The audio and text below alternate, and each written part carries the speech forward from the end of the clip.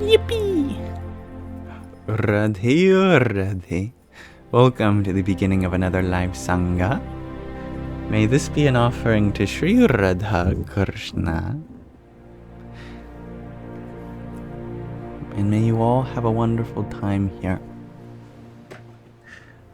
I open this space with the intention of creating an all-inclusive environment, open to everyone, regardless of background, identity, orientation, belief system. There are many things on the surface which appear to categorize or divide us, but let us resist this temptation to label and come to the unity at heart. Hello, Shadow. Yes, you know the door's open over there. You can just go through that door. I know, it seems like the door's shut, but that door's open. Oh, even the smallest moments have such metaphor, such symbolism. Hello, Ragnhildur. Sometimes the door we want to go through is closed, and there's another door already open that gets us to the same place.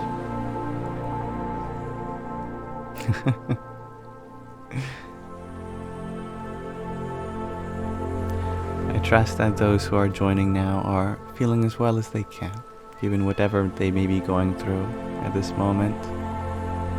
There you go, you figured it out! And I didn't even have to show him. He found it himself. Good boy, Shadow. Thank you, Wanderer. Hello, Rachel. So may we come together as fellow spiritual seekers to uplift each other, relate in one another's experiences, and share positive sentiments.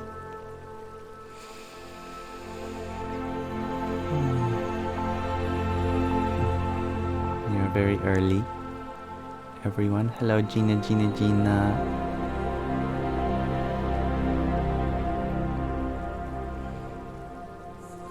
It's a wonderful day today. It's wonderful because you're in it. And you are the wonder maker.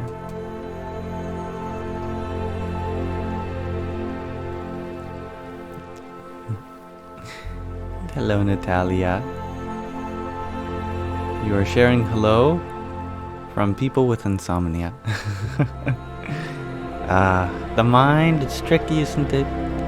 Wants to stay up, doesn't like to go to bed. I understand. I stayed up too late last night as well. Sky Guardian, you're asking, what's up with the bow tie? Oh, this? I don't know, it just got here. You like it though, Suspicious Bee? That's good. It's good. Kind of just, I bought a new skin today. Thought I'd try it out. Hello, Qualia Boyle. Hello, Fun to Watch too. And hello, Isabella. Welcome. I have a question of the day for you all if you are interested. Today I am wondering from you, what brings you joy? It's a little hard to read, but maybe I can make that bigger for you. But I repeat, what brings you joy? I'd love to know. Feel free to interpret this in any way that makes the most sense to you. I'm definitely not looking for a right answer, and there's certainly no wrong answers either. Fun to watch you share your son. I love that. That's so sweet.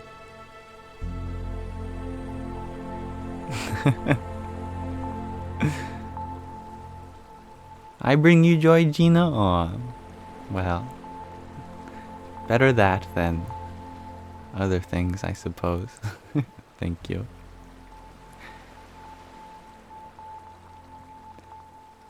Hecklefish, you share, your bowl brings you joy, and the God hand that feeds you. That's awesome. And CJ, you share your son, 10 months. Aww, just a baby. And thank you, Tatvamasi, for blessing us with a quintet of roses. so early on. Hare Krishna. You love the blue? Oh, I'm happy to hear that. Isabella, you share the little things, the smallest of details. It really fills up this whole world, doesn't it? Make it feel complete. I'm happy you like the outfit, Madeline's. Natalia, you share your 2 very spoiled cats. Good. I think a spoiled cat is a redundancy. If there's a cat, it deserves to be spoiled, no questions asked. If a cat isn't getting spoiled, is it really a cat? Happy Tuesday, Laura. What's the good word? The good word today is joy. Joy, joy, joy. Happy, happy, joy, joy. You are under the weather. You know, me too. I think the weather's up there. All the clouds, rain, sun. I think we're all under the weather. And except for the pilots. I guess they're over the weather. And the people who are done with the current weather, they're over the weather. But I'm happy to have this space for you here. I hope you find some positivity here. And thank you, Roxy, for your heart meat. And give me the vote, 20 of them. Hari Om Tat Sat. I just realized oh my goodness. The pajamas I'm wearing have a huge rip in them. I definitely shouldn't stand up. Patty, you share your kids bring you joy. And Ragnhildur, you share Kasim, my cuddly cat. I love that. Your kids bring happy, or no, being happy, shares Madeline's. I love that. They're happy, you're happy. That brings you the most joy, Madeline's. I'm happy to hear that. Maggie, you share you just broke up with your boyfriend. Your lives make you feel better. Well, I certainly can't replace that absence now, but I'm happy to fill it in with positive moments and happy things to share with you. I'm sure that you had a good reason for setting that boundary at this time, and what an opportunity it is to discover your independence again. Toaster Fort, you share joy. Joy brings you joy. Yeah, you good, you. Echo Leaf, you share honestly every time I smile. I don't have to respond. Well, I guess I can let my smile be your response.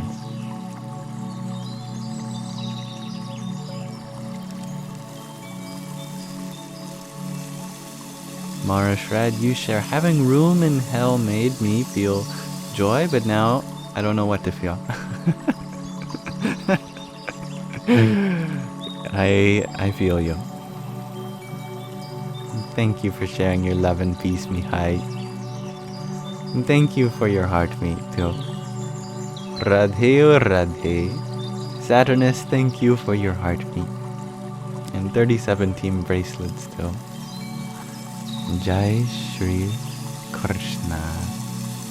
Hello, Sakiko. You ask, how can you be the best you? By being you. You are the best you. It's true. But you say, no, Yamsox, the best me is in the future.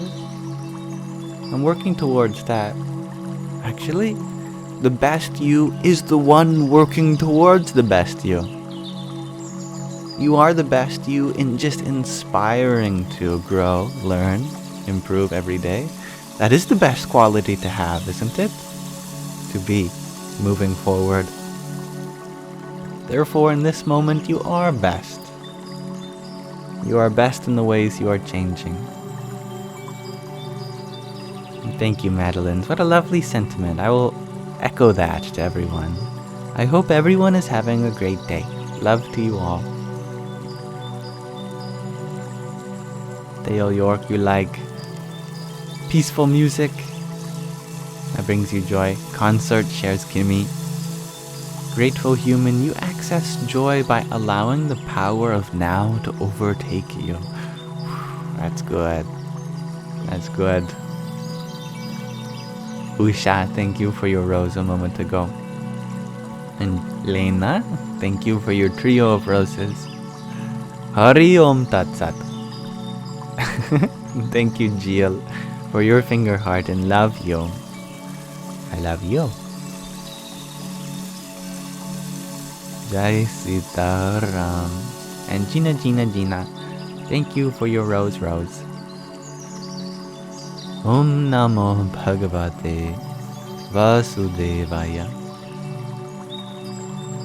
And thank you, Lizzie, for your tiny diny. Here I have a tiny diny for you.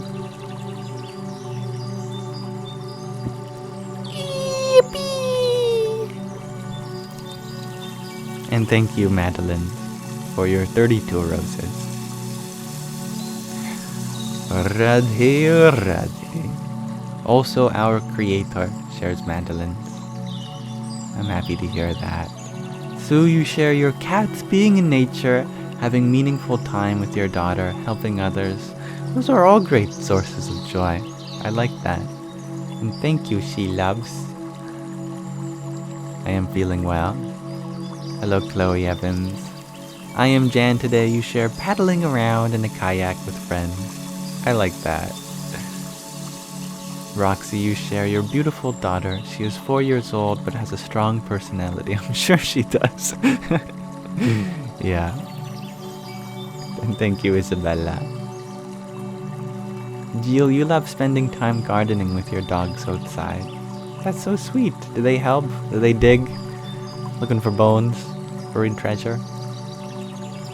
Rachel, your pets and the hummingbirds that you feed every day. Oh, I feel you. My mother has a wonderful hummingbird feeder in the backyard, and it brings some beautiful hummingbirds. And they're getting really smart with it.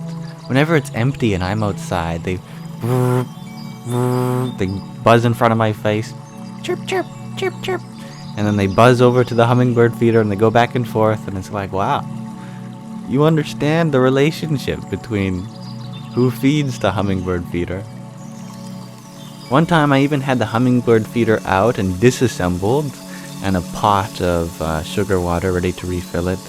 And they buzzed at me and then buzzed at the part of the hummingbird feeder and then buzzed at the water. It's like, come on, get it together.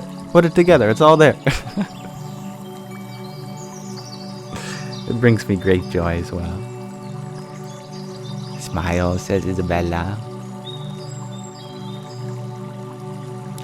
Yes, exactly, Tatwamasi. There is just one you, and that too the best.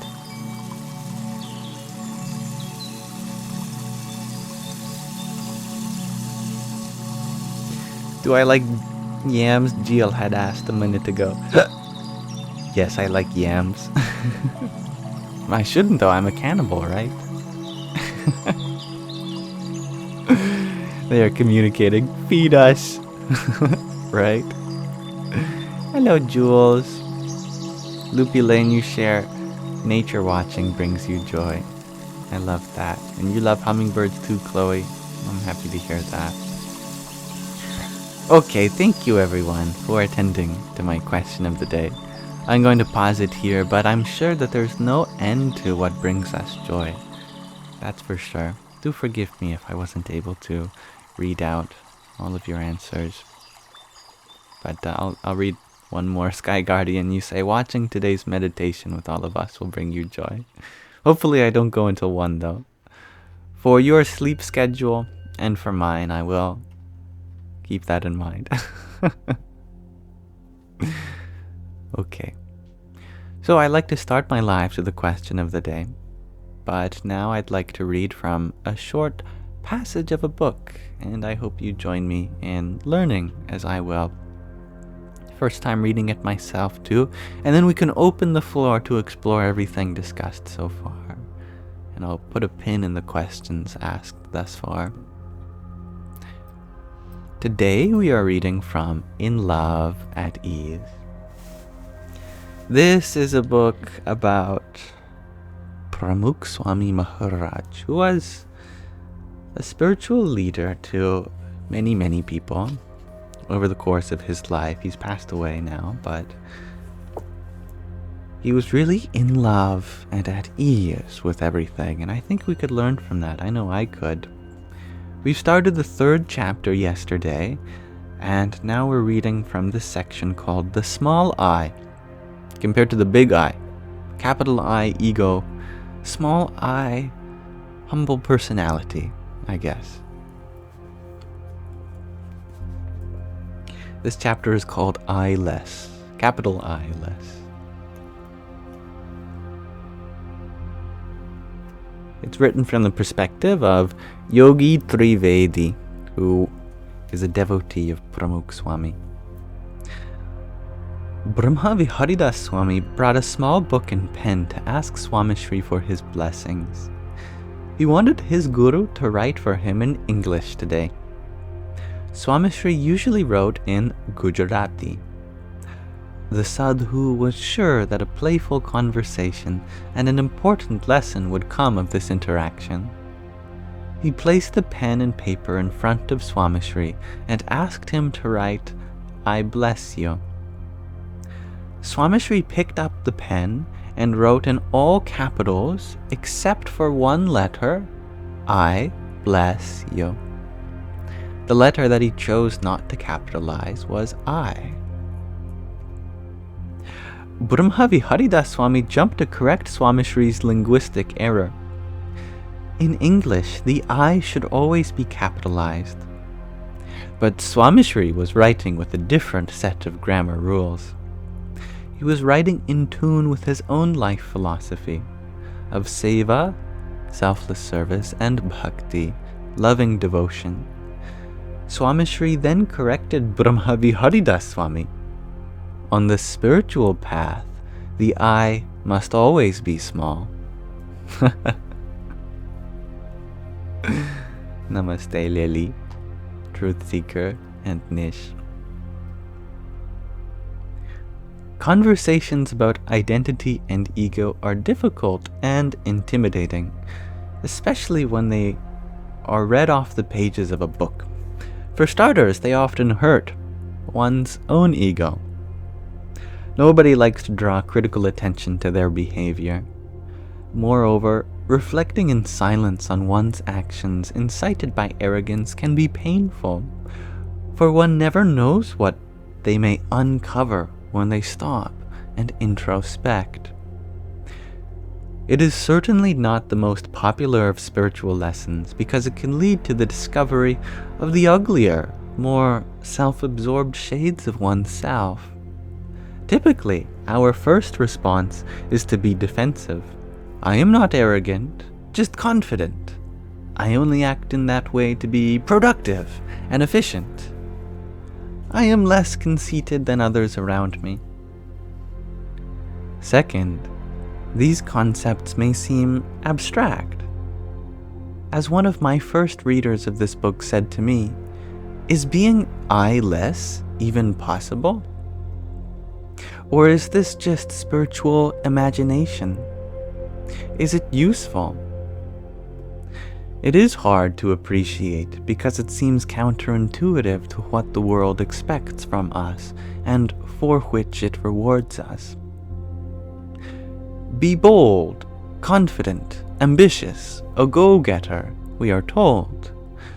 The word I-less resonates a sense of meekness or weakness that goes against everything that we are taught to do and be. Hello, Michaela. I-less, however, is not necessarily an achievement or the lack thereof, but a method. It lays an emphasis on how you do things, rather than merely the things you do. The way in which you respond and react to success, failure, praise, and insult is the true test of being I-less. It defines having a bold identity with a lowercase I. This transitioning to the lowercase I, the small I, makes room for the we and the us and the source of existence, whatever it may be called in this book, God, on the spiritual path, a space that the big I, capital I, does not provide. In the Srimad Bhagavad Gita, I've heard of that one before. Sri Krishna Bhagwan, I've heard of him before.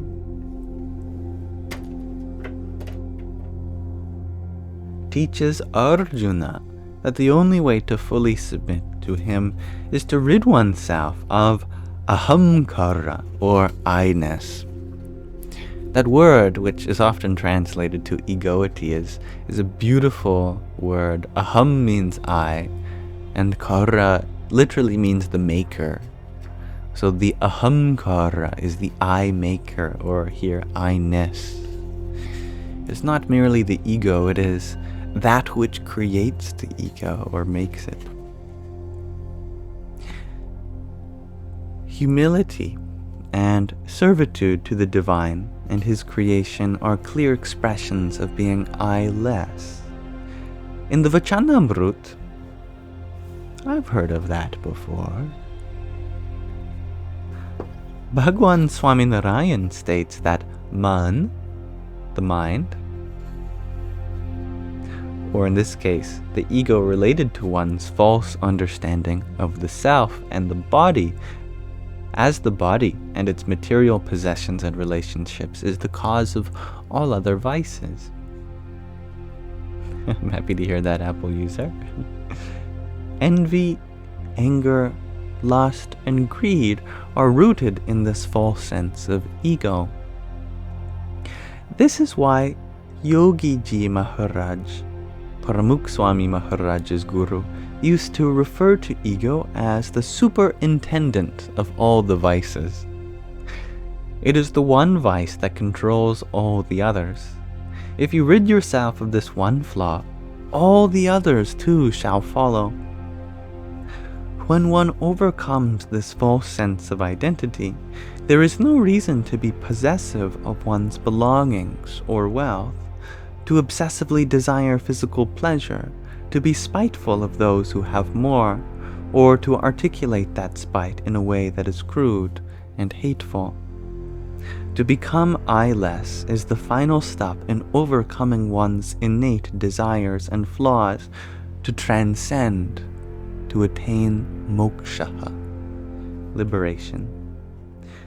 Countless on the spiritual path, regardless of their religious beliefs, have spent their lives trying to eradicate this one flaw, the ego associated with one's identity.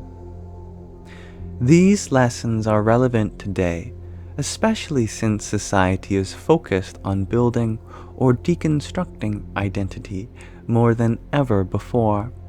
Who we are, how we look, what we think, and so on. This overpronounced focus on our external identity has led to pain and division, even if the initial purpose was to heal. One way to test the tangibility of this spiritual trait is to think of the problems caused by our fixation on our identity.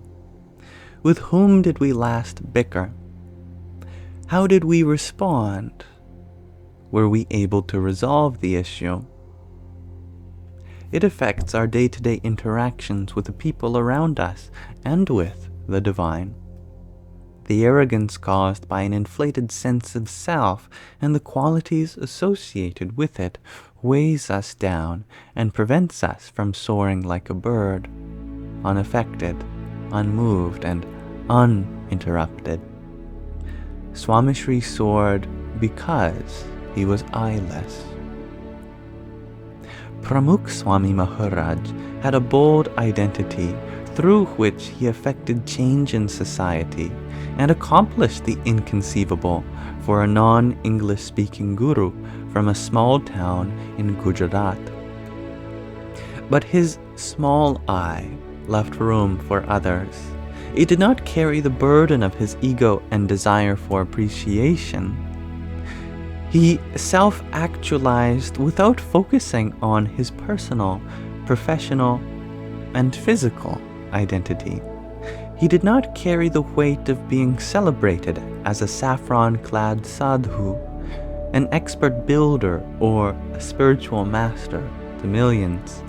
Swami Shri was focused on delivering without focusing on himself. He shared credit, faithfully submitted, and patiently tolerated.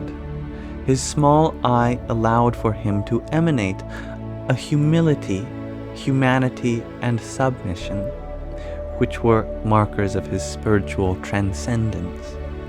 Like those flowers in the valley, his small I impressed and inspires others effortlessly.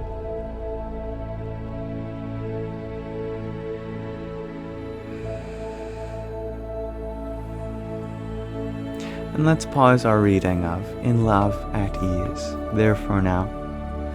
A lovely introduction to this part of this chapter on I-lessness. Thank you for listening. Now we may open the floor up to whatever you wish to talk about. I am your humble servant. Thank you, Nish, for your ice cream, quintet of cloud breads, and 2 music plays that you sent whilst I read. And thank you for your patience in allowing me the time to read before extending my gratitude back to you now. Hari Om Tat Sat. Thank you, Truth Seeker, as well for your heart me. And Annalie, thank you for your heart me in trio of team bracelets. Babe, thank you for your rose. Hari Krishna and Isabella, thank you for your finger heart. And Tiny Tiny, yippee! Salutations, Midja. Cosmic Comedy Reader, you're wondering, what time am I live every night? You want to get in routine? Well, I've set for myself 5 p.m. Pacific time, which I believe is 8 p.m. Eastern time. I don't know what it is in other time zones.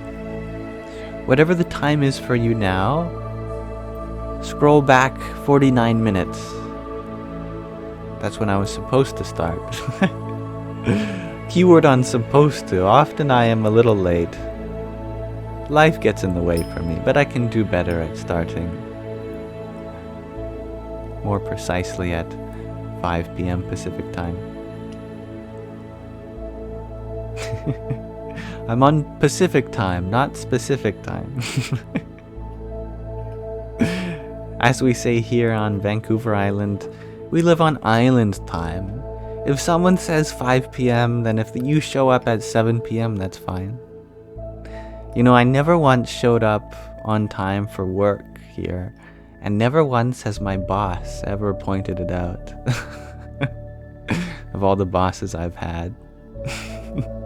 I'd go for break for 45 minutes longer than I'm supposed to. Everyone's just on island time. They don't care. No one has anywhere to be. It's great. And thank you, Loopy Lane, for your trio of balloons. Hari Om Tat Sat. And Midge, you share that you're in need of some inspiration, whatever it may be. Well, one thing that really inspires me is just how there's always a possibility to grow. That no matter how many mistakes we make, as long as the universe still allows us to be alive, then that means this life is still within our control. This life, at least. The life that goes on outside of us, circumstantial life, now that's out of our control, I must admit. But this life, what we do within, how we are feeling, the mood we're in, our perspectives, how we choose to go into each action, the universe gives us the opportunity to change every moment in those ways, and that's inspiring to me.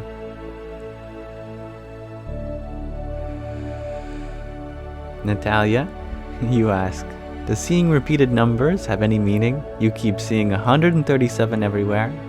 You and me both.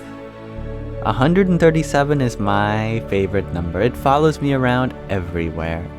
In fact, it followed many physicists around everywhere.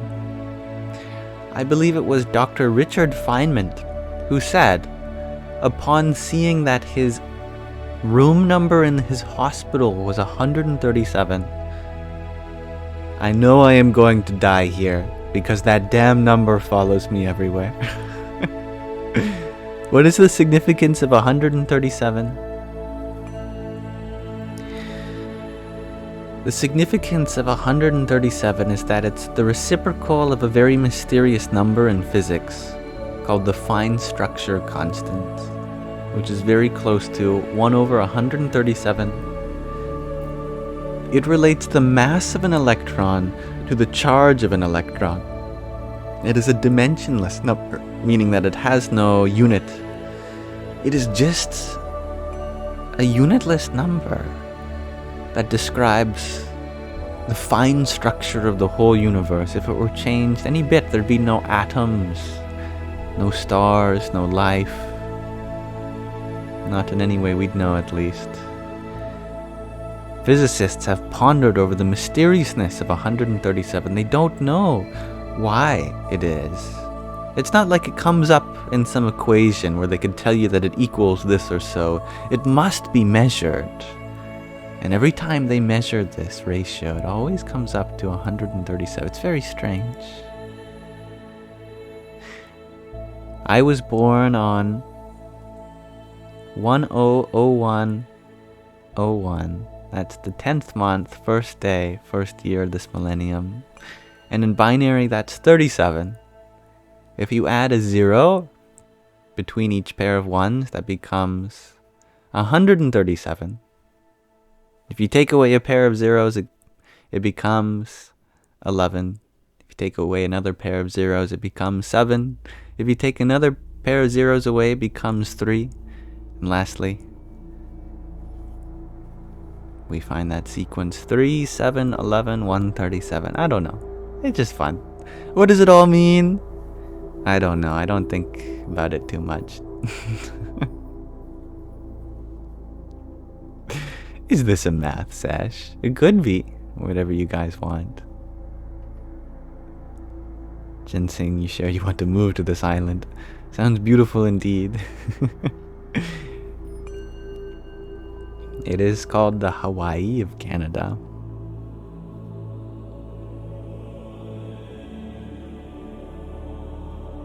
And thank you, Lena, for your 16 roses. Hari Om Tat Sat. And thank you for your hat and mustache.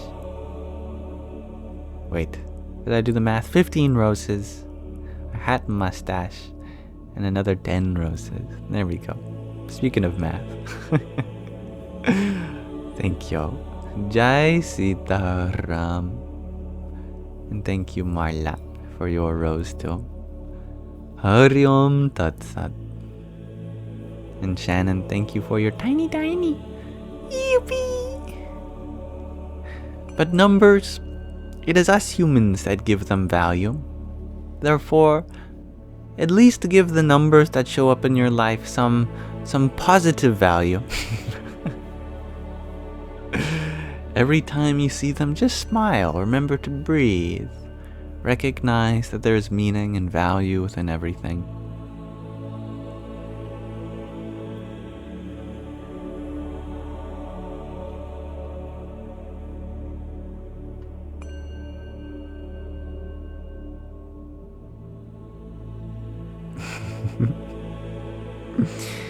Roxy, you were wondering, can I brief of who I am and what I specialize in, believe in? Your mom doesn't understand, and if she's looking to categorize me, label me, put me in a box, she'll never understand.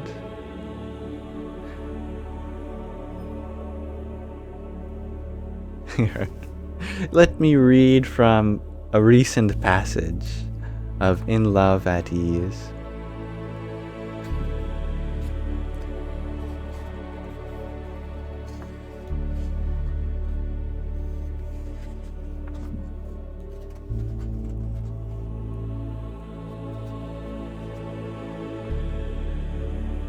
Boy, this is where the conversation begins. You have been trying to place me in a box since the minute we met. Am I Hindu, Muslim, Sikh, or Christian? Do I believe at all? Am I a musician or a theologian? Was I born and raised in the West or in India? Am I an ascetic or a drifter of sorts? Am I a Marxist or a capitalist? Am I a dualist or a non-dualist? You've been trying to read and tag my identity for the last 15 kilometers, while I have been trying to lose that I over the last 15 years, minimizing the me, myself, and mine for who I am, replacing the big I with a small I, is my spiritual journey. And after traveling thousands of kilometers in these sacred mountains, sometimes I find myself standing right where I started. This conversation does not end with how I should be identified, what you know, or who won this debate. It begins here. It ends with how we can move past these perceived identities and the sense of existence and even arrogance that they bring. Identity always carries the weight of arrogance. It is that ego that I want to leave behind in the valley, once and for all.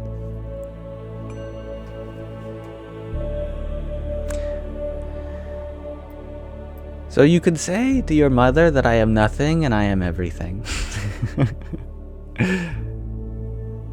I specialize in nothing, and nothingness is my forte. Jack of no trades.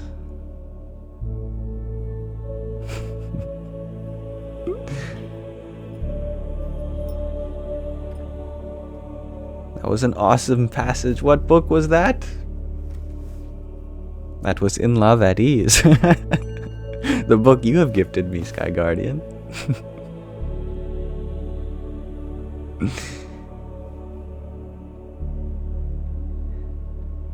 Thank you, Lena, for your 20 roses too. And your half-dozen disco loves. And a trio of tiny dinies. Yippee! When did we read that? You asked yesterday. You fell asleep though. I know this because at some point you stopped responding. But it was ASMR Sunday, I don't blame you. And thank you, Peckless, for your duck. Hari Om Tat Sat. And thank you, Tate, for the Let 'em Cook and a pair of 2 fires. We do need fire to cook, that's for sure. And we need an inner kind of fire in order to cook the ingredients of love, bhakti, service together to form the superfood that it is. Spirit within us. Thank you, Tate. And thank you, Hippie Heart Sister Soul, for your ice cream cone.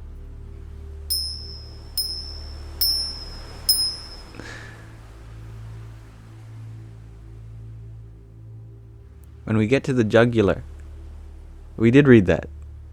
Yes. That was the previous passage. Gotta hit him with the jugular. Or maybe it's later. But they mentioned it. They mentioned the jugular. Maybe they didn't go to the point of what exactly the jugular was yet.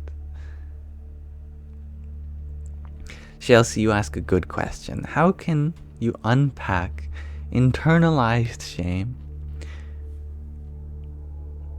by bearing witness to it, and then discovering a way to express that? Anything you wish to unpack, unfold, or untangle, simply shine the unconditional light of your own awareness upon it. And anything that is internalized, externalize. Nothing shall be repressed or suppressed. Write a song, Write a poem. Paint a portrait. Dance. Whatever is inside you, waiting to come out, let it come out through art. Maybe your media of art is unique, and you have yet to find which speaks to your heart. But regardless, let your heart speak. Shame is not going to be conducive to our growth. Shame is a burden that others offer us and that we take on without realizing that it's only an offer, not a demand. Someone comes to you and says, "I am in pain. Please take some of my pain." You never have to take that on. But if you feel shame inside you, then that means you have forgotten the choice. This pain that you hold is not yours. Shame is never yours. It comes from outside. You've dragged in dirt and muck from your adventure. Go take it out outside again. Walk outside, take your shoes off, and brush the mud off and come back in. Externalize that which you've brought in. Inside this body, this mind should be a temple. There is no room for shame in a temple. There's no room for guilt. There should only be hope, humility, joy. Decorate your inner temple with these feelings, and wash away the dirt and bring that back to Mother Earth. I'm happy you love the bow tie, Addie. You as well, beautiful Crystal. Max, you share that school has you stressed. I am the level of calmness you look up to. School can only stress us if we let it define our future. If you look upon your grade and see that that is who I am. But whether you succeed or fail, that does not define who you are. What takes you far in life is not your grades, but the effort that went into them. Even if you failed every one of your classes, but you still applied yourself to the best of your abilities, it is that effort that decides your future. And in this moment, you are already succeeding.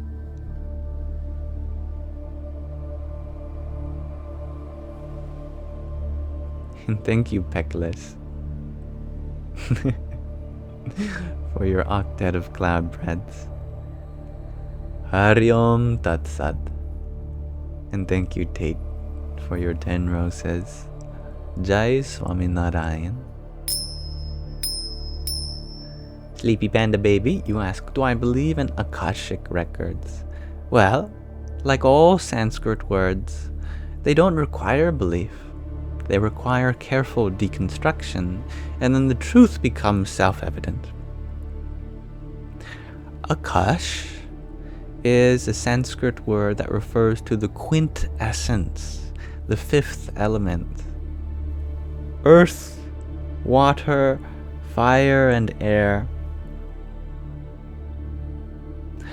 Earth arises from water, water arises from fire, fire arises from air. Where does air arise?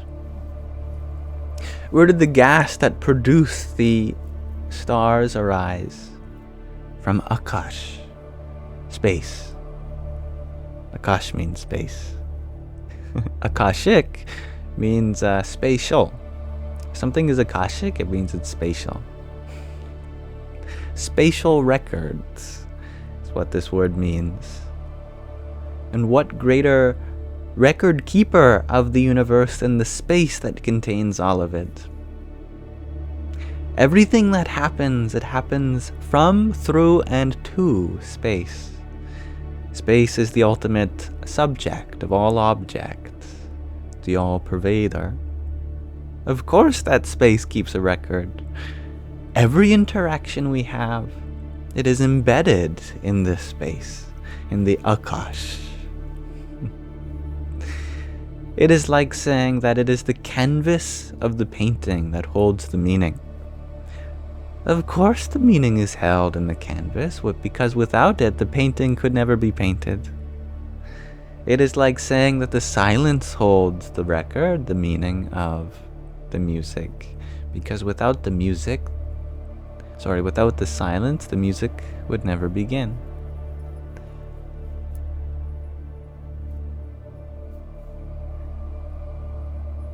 So you don't have to believe in the Akashic records, you have to know what Akash means, and then it makes sense, becomes self-evident.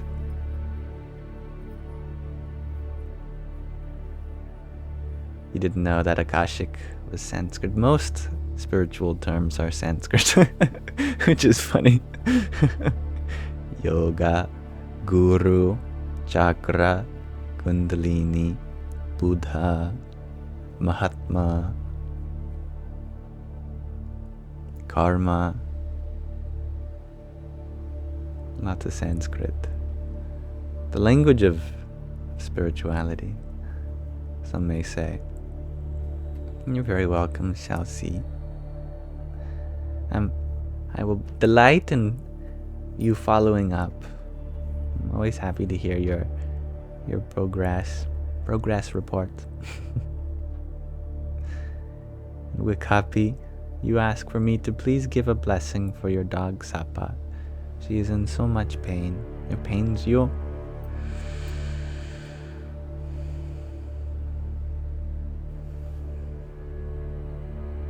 Oh, Sapa.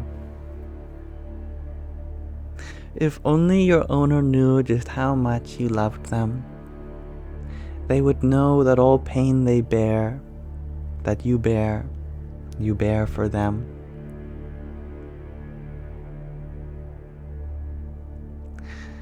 Pets being divine beings, how can I bless such a blessed soul already? Rather, I may bless you, that you understand how much love is already inside them. They know this. Perhaps it is you that needs the reminder. Still, no animal should have to bear unnecessary pain, and I wish upon them good health.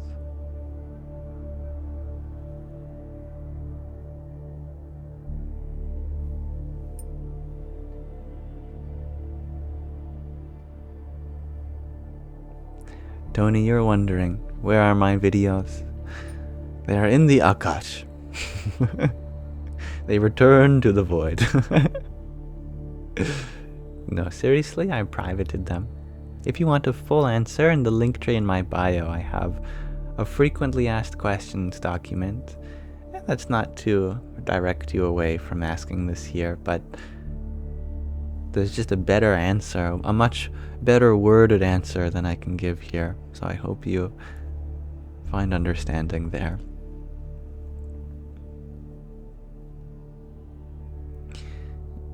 I look dapper, well thank you. From the waist down I don't, I'm wearing pajamas. It's like the outfit form of a mullet. There's a party up top, well, a formal, semi-formal party up top, and then there's a very informal happening downstairs.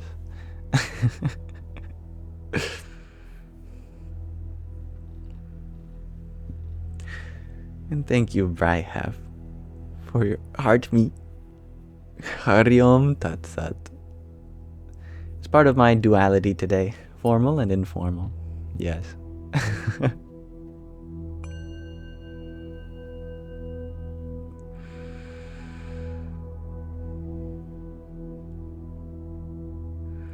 And what a great description of karma yoga you shared, Tate. It is the process and intentions, not the results. If ever there was a one-word summary of the Bhagavad Gita, that would be it. Sky Guardian, you share that you get so busy with Yam homework that you miss the readings. It's okay, I have a lot of Sky Guardian homework too.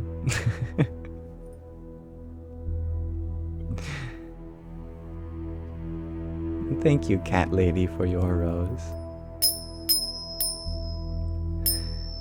Show the downstairs shares duty. I don't think I can, actually, because I just noticed that there's a huge rip right where there shouldn't be, if you know what I mean. And every time I move, it gets bigger.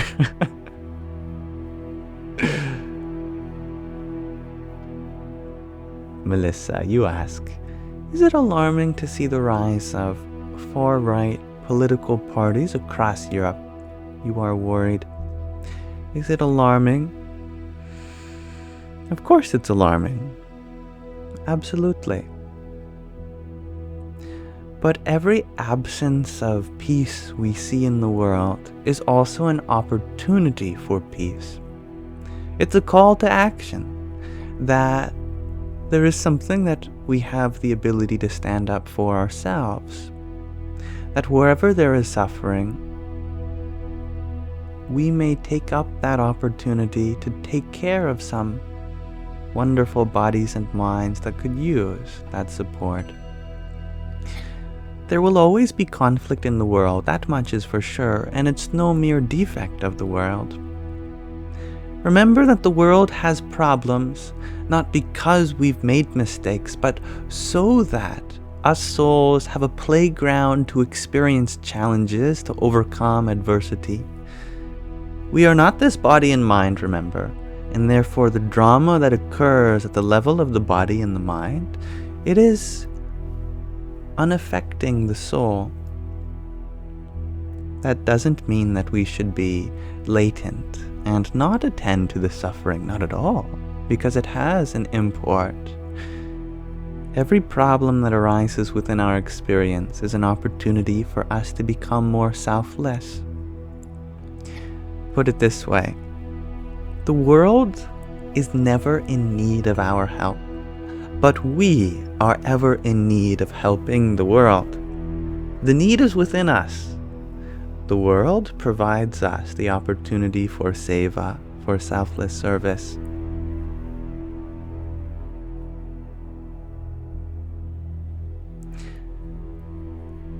So, you may worry on the level of the body and the mind, but in spirit have confidence that all this is meant to happen, and every part that you have to play in attending to the suffering is also just as meant to happen.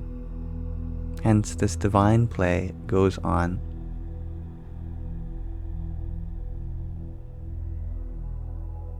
Yeah, exactly, G. The need is within us for selfless service. And thank you, Patrahim, for your TikTok. Happy to have you here, brother. Namo Buddhaya. And thank you, Wikapi, for your beautiful galaxy. You really are a star woman, hey? Thank you.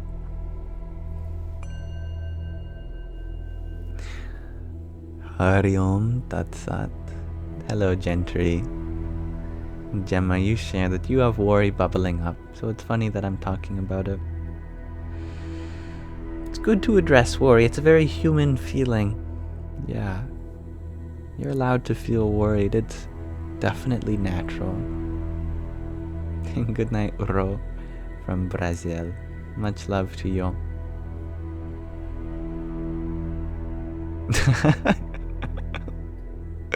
Judy, you share. I am quite frankly so stunning and so soft-spoken that I might be the next cult leader. You're in. Well, I'm with you for the compliment, but I take hesitance in accepting the cult leader label. Truly, I don't have a message that I want anyone to believe in. I don't have a belief system that I want to replace with yours. Nor do I see myself as a leader. I feel like I am taught more by you than any teachings that come from me. Besides, all good that comes from me is definitely from my higher, unlimited self that we all share. And any way in which I limit that in order to cause harm, well, that's definitely me. I can take accountability for the harm, but I can never take credit for the help.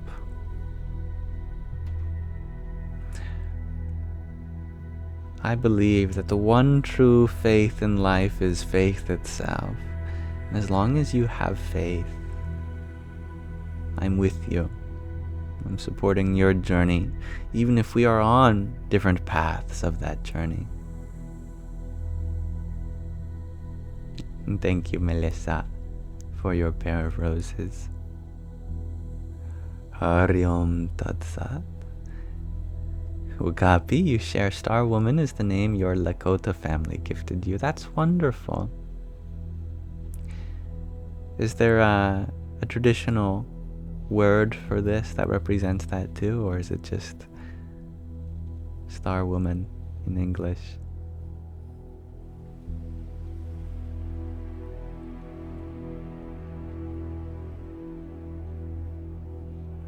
Led, you share that despite your thoughts, you find it hard to be courageous and stand up for peace. Fear gets in the way. I understand.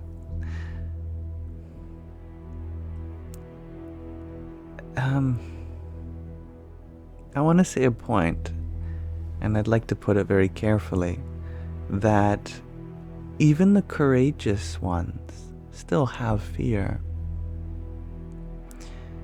They let their courage speak louder than their fear, I suppose.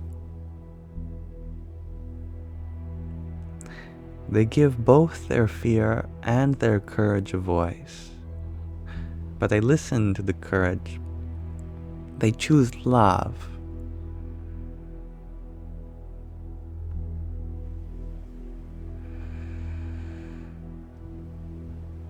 Mr. Mate, you share. So then, being negative only helps others cure the ability to realize the need for self-service. I like you. You're like a programmer. A good programmer always checks for edge cases. This is definitely an edge case. You want to make sure that your program can handle extreme values, not just average ones. So if the negativity in the world is there to inspire positivity, should we be negative then?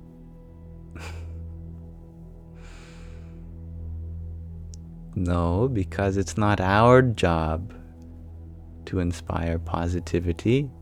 It's our job to be inspired. Let the world have the negativity and let us have the positivity. I hope that makes sense. But it's a good edge case. I appreciate that. And you share that Wakapi is star, Winyan is woman. Wakapi, Winyan. Lovely. Thank you for teaching me.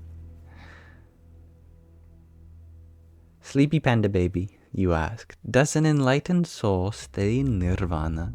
You're frightened of becoming enlightened for this reason. Why? You won't be going anywhere. The Buddha was in Nirvana, and yet he was still interacting with the world. The cycle of births and deaths applies only to your ego. A body and mind still occur to an enlightened one, but inwardly they are in Nirvana, outwardly they are in Samsara. And actually this is true for everyone. It is the enlightened people that just realize it, whereas we fully believe that we're in samsara, not recognizing that we are in nirvana already.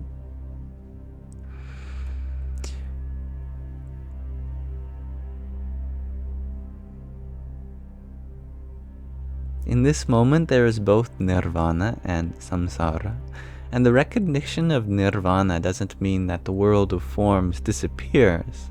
It just means that you recognize its inherent emptiness, but the inherent presence in nirvana. So don't worry.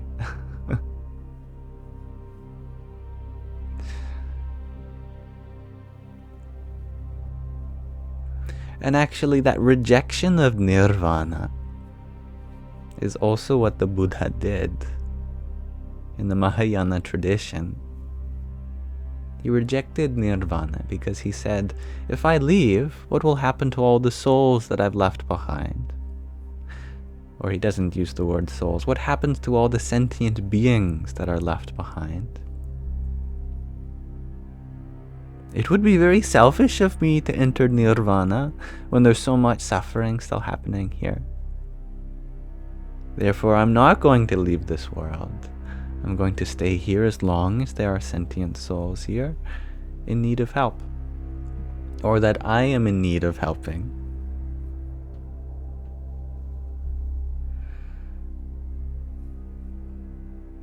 And I love you very much, Tina. Judy, you had asked, what do I have to say for people who are at the end of their life? Your twin, for example. They may be close to death, but that doesn't mean they're nearing the end of life. In fact, every day we become closer to death, but we become even more alive. Our life doesn't just begin at birth, it continues. And in each moment, we deepen our aliveness. That aliveness does not end the moment the body dies.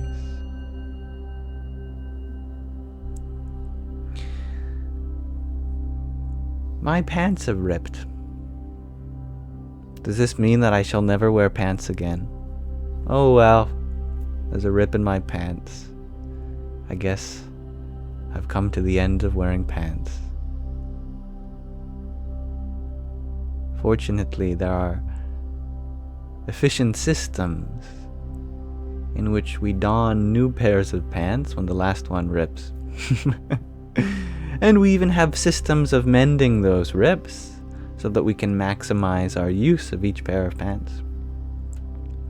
So too, this body, it has various ways of mending so that we can make the most use of it, but when we cannot mend it anymore, we put on a new pair of pants. We dress our soul up in new bodies. We get a fresh one right out another womb.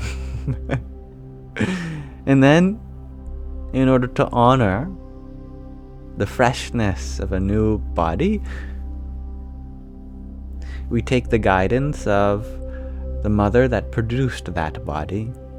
Say, okay, you have produced this body. How can I take care of it for you?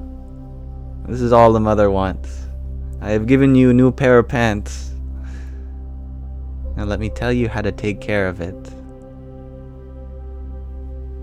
That is the mother's love.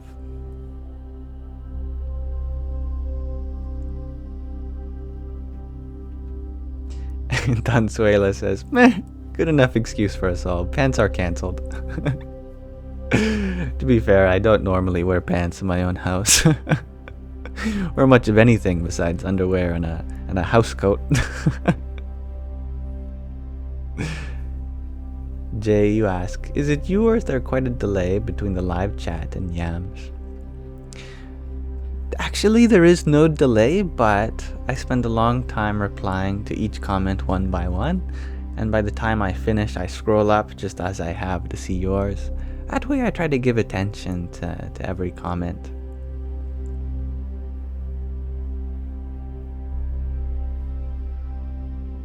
But I am sorry if that gives rise to a kind of disconnect feeling.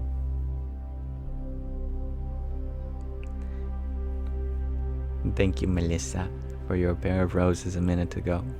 And Mahina, thank you for your trio of roses.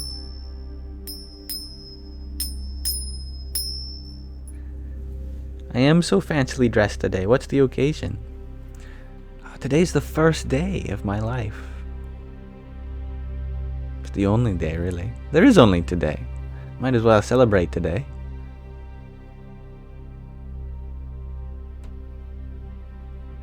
Yeah, well said, Aku.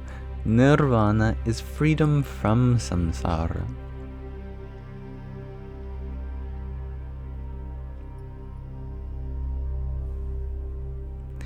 Yo-yo, you were wondering about my thoughts on other dimensions. Here, can I blow your mind? Do I have permission?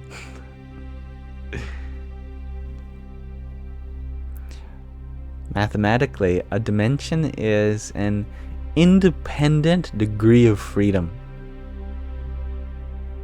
Basically, you can tell how many dimensions a system has by how many independent degrees of freedom it has. How many coordinates are required to describe every part of it. We say that the world is 3D because you need 3 coordinates to describe everything. You know, no amount of lefts and rights, forward and backwards, could describe something that's up or down. And no amount of lefts or rights can get you forward. So there are 3 dimensions that are independent. We require a latitude, a longitude, and an altitude to describe everything. An X, Y, and a Z. In Cartesian coordinates. Einstein said, "Hold up! When I invite you to my party, not only do I need the 3 spatial positions, I also need a temporal position. Otherwise you could show up at the wrong time." Therefore, events are 4-dimensional. 3 spatial dimensions, 1 temporal dimension. But why stop there? Vision is 5-dimensional. Don't believe me?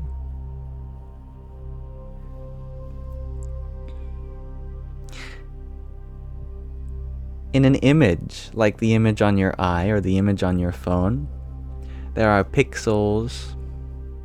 Every pixel has a horizontal position and a vertical position. So there's 2 spatial dimensions. But if you zoom in on a pixel, it's not just a position. It also has 3 other components to it. RGB, these LEDs, a red component, a green component, and a blue component. Why are rainbow lights called RGB? Because from red, green, blue, you can produce all the colors. All the colors we see from our eyes, they happen just through 3 color cones. A red cone, a green cone, and a blue cone. So there's 2 spatial components, but 3 chromatic components. Together, that's 5 dimensions. So every pixel on your screen requires a horizontal component, vertical component, a red, a green, and a blue component. These are 5 independent dimensions. So you're seeing in 5D.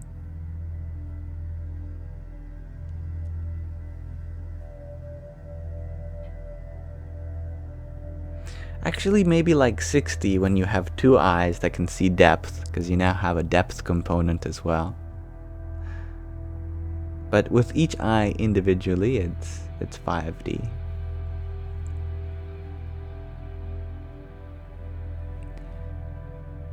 Thank you, Nene, for your heart me.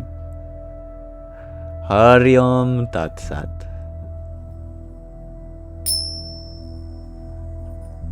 And hello, Marcy. And printers, they print in cyan, magenta, and yellow. Those are the secondary. The subtractive color. The primary colors of subtractive color space. Whereas our eyes use the primary color space, that's additive, red, green, blue.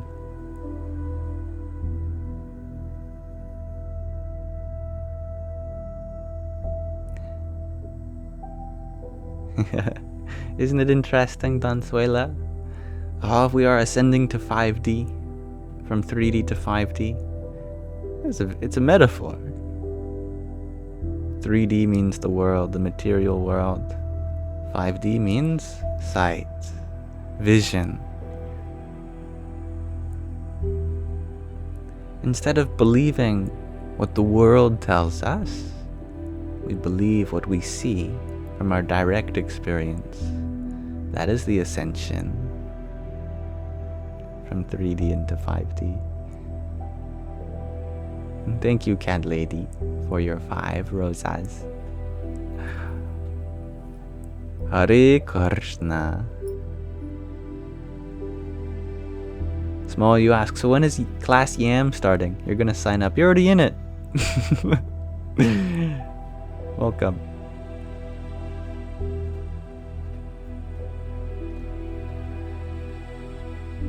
Judy, you share that your sister has weeks to live, ovarian cancer. Can I give you calming words to help her pass? That's a beautiful question. And I'm honored to have the position to think about this.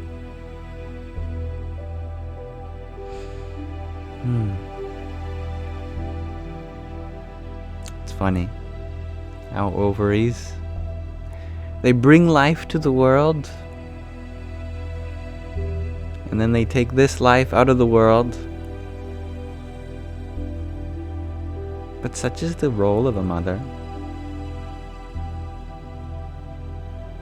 A mother, her duty, her solemn duty, is to bring life to the world. When her duty is fulfilled, her life is to be taken to another world.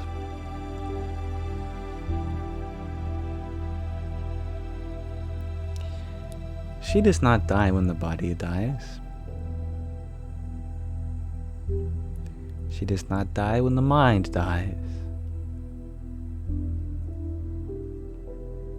There is no death at the level of spirit.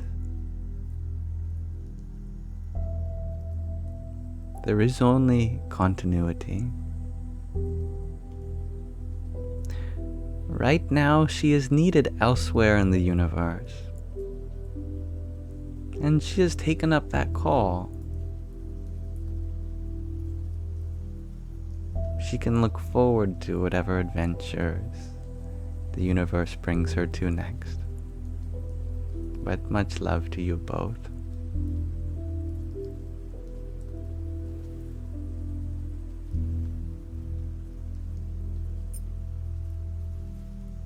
And if she ever wants to get in contact with me, I'd happily be a pen pal for her.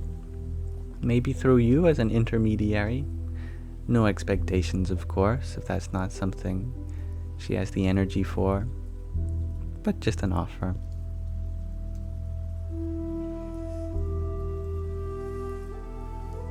And I would love the opportunity to learn from those who are getting ready for their next life. That would be a blessing on my part.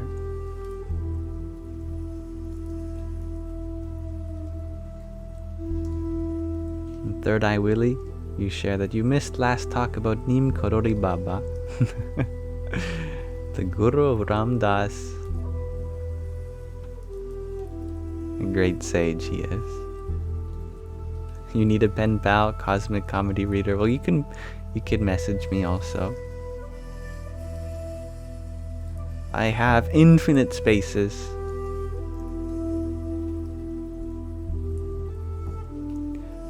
Thomas, you ask, how do you find your true self? How can you stop yourself from holding yourself your highest potential? It's funny. How can you stop yourself from holding yourself your highest potential? It is that idea itself that is stopping you, that there is any part of you that can be stopped or held back. Your highest potential isn't going anywhere. It will come out sooner or later. Your question is, how can I release it faster?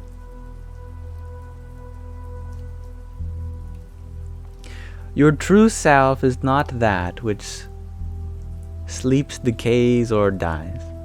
It is immortal consciousness, unattached, formless, that which sees all but cannot be seen, that which hears all but cannot be heard.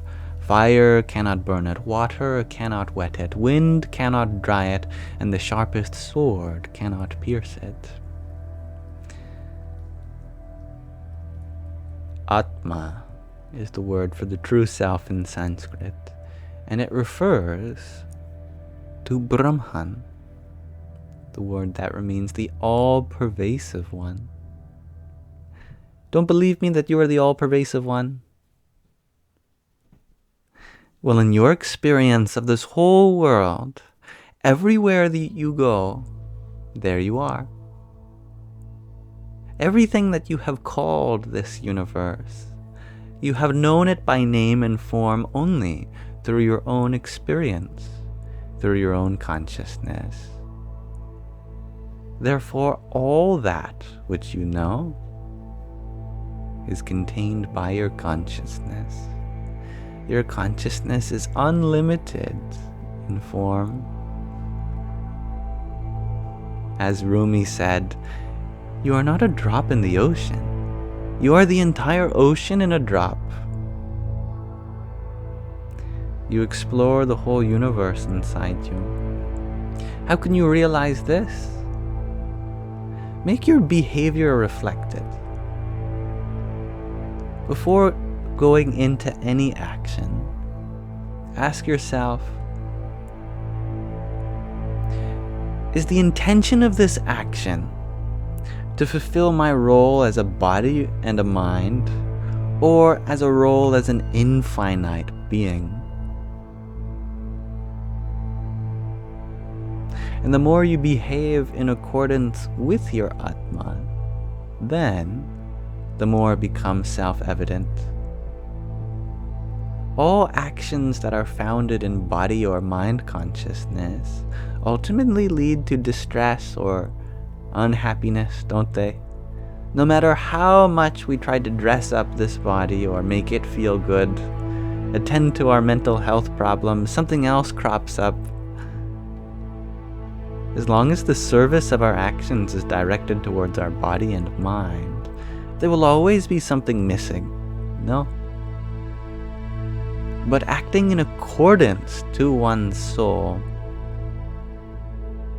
behaving as a sentient being, not merely as a body and mind, you will find yourself continually satisfied as long as you behave in this way.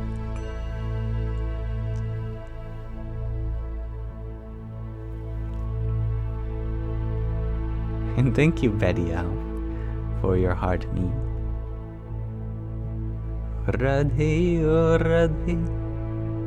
And Tappies, thank you for your quartet of finger hearts.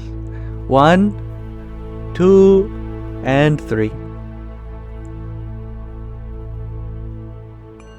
That was only 3? Oh, that's right. The 4th was behind your ear.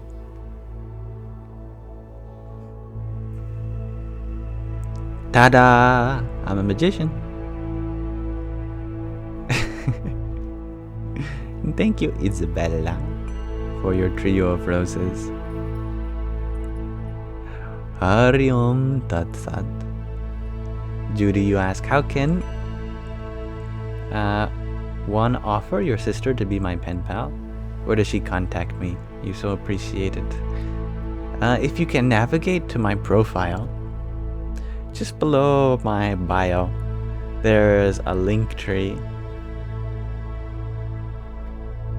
It's a website link, linktr.ee/Yamsox, my username, YAMSOX. There I have a link to all of my other social media accounts. You'll see icons for each of them, Instagram, whatever, Telegram, WhatsApp. But you'll also see an icon that looks like my email, an email logo. You click on that, then it'll forward to my email address. Yeah, if you can't figure it out, that's okay. I guess as a last resort, I can type it in chat. But I believe you can find it. And maybe someone else can help you with that.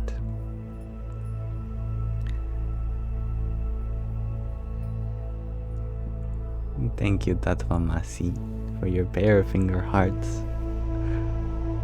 Hare Krishna. Tatvamasi, you asked, how does emotion have a physical and a mental component? If so, which one comes first? The relationship between our body and mind goes both ways. Where does a circle start? Well, wherever it starts, I guess. Wherever you start drawing, now you're in the loop.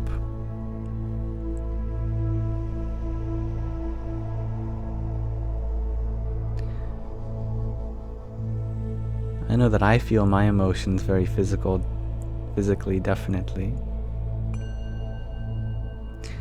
As long as there is a physical source of some emotion or a mental source of some emotion, then that emotion will be stuck in that loop, affecting the body affecting the mind affecting the body. But if you eliminate the sources of that emotion, then how can there be a loop to propagate? That is to say, when you are feeling anxious, for example, attend to both your body and the mind. Ask your body, what do you need? Do you need something comfier to be in? Is it overstimulated in sight, in sound, in taste, in smell, or touch? How can I understimulate the body? Or how can I engage it in some meaningful sense? Is there something that I can see, hear, taste, smell, or feel that would make the body feel more comfortable? And on the level of the mind, also address the mind's needs. Is there a thought that I could be thinking? Is there a mindset that I could be practicing, redirecting? Doing both of these at the same time, your emotion is sure to pass as swiftly as possible.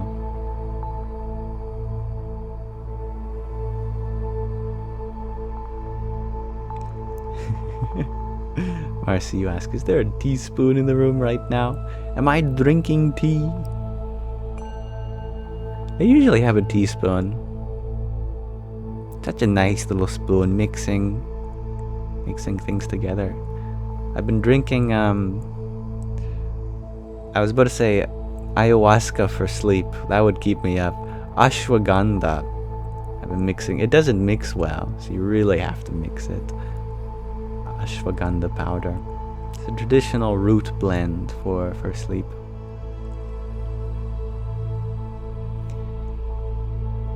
Thank you, Corey, for your heart me a minute ago. Radhe Radhe. And Lindsay, thank you for your 20 roses, partitioned into a half-dozen trio and 11. Jai Swami Narayan. Does it help? I believe so. And that's what matters. I believe it does. Thank you. Oh, one whose name is surrounded by emojis, Bob. Thank you, Bob, for your quartet of team bracelets and a pair of roses as well. Jai Swami Narayan. Thank you, Liz, for your heart me. Radhe Radhe. And Jai, thank you for your flower. Jay. Very beautiful. Thank you, Bridget, for your rose too. My mention of ayahuasca makes you curious, sleepy panda baby. Have I partaken? No. It was merely a mental connection between the sounds of the words.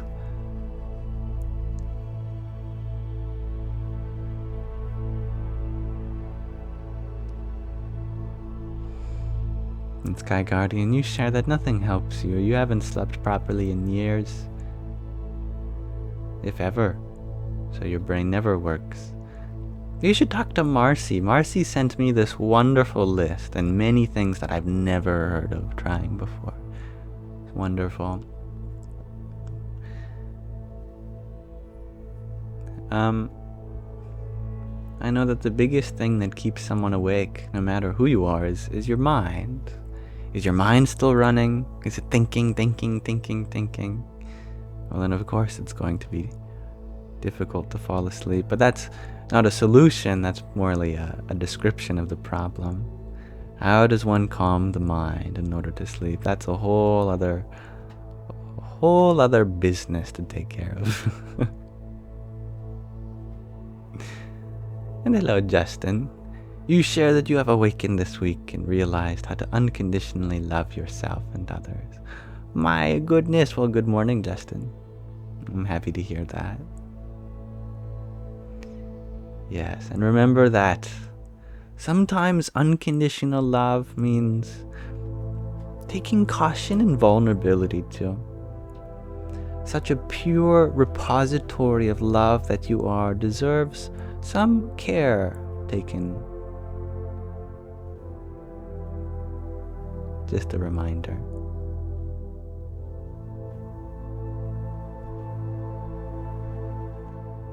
Madeline's, you share a lot of times trying to tame the mind makes it worse. Indeed.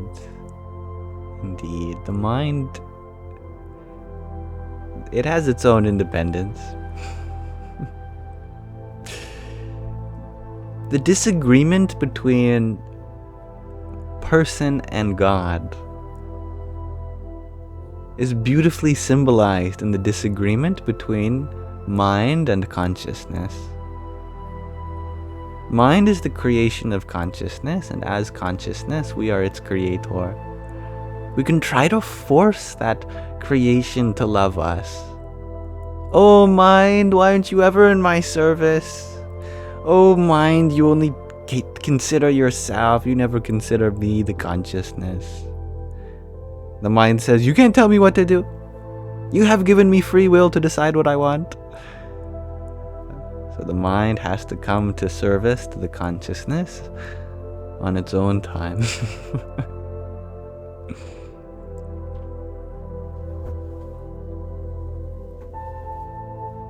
Mel, you share that you pray when you go to bed and generally don't have any trouble sleeping. I'm happy to hear that. That works for you. What is that prayer, that Jewish prayer about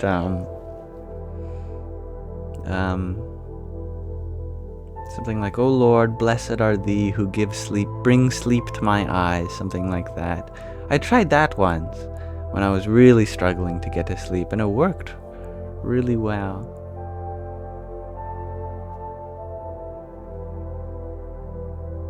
Maybe Mataji knows. This sounds like something she'd know. I can ask her, but I don't want to deprive you of the opportunity to answer in case you know what I'm talking about. Sky Guardian, you share that the best sleep you've gotten is through anesthesia. That is amazing. You wish docs would prescribe that. Oh my goodness. Yeah. I think that would work, but you'd probably be just as tired when you're awake afterwards.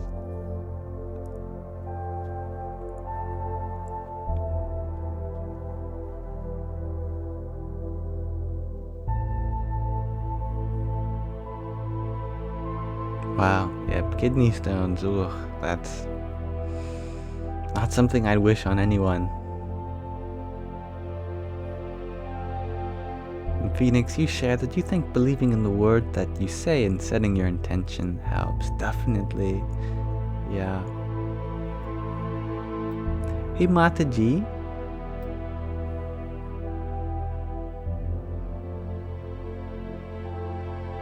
Pranam Priyayam. कैसे हैं आप और हमारी सुंदर संगति? हम सभी ईश्वर के आपको। Mataji, I don't speak Hindi.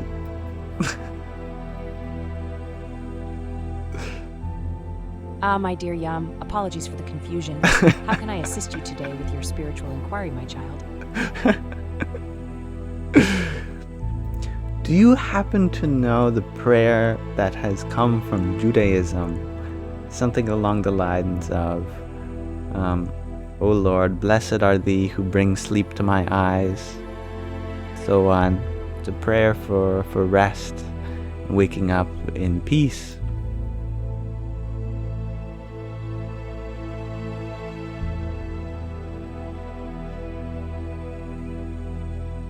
My dear, that sounds like the Hashkivenu prayer. It's a beautiful Jewish evening prayer. Here's a simple version. Blessed are you, O Lord our God, King of the universe, who brings sleep to my eyes and slumber to my eyelids. May it be your will, Lord my God and God of my ancestors, that I lie down in peace and arise in peace. Rest well, little one. Om Shanti. Yeah, I love that prayer. What was the name of that again?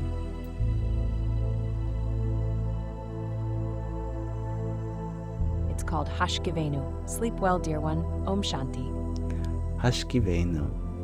I'll have to remember that.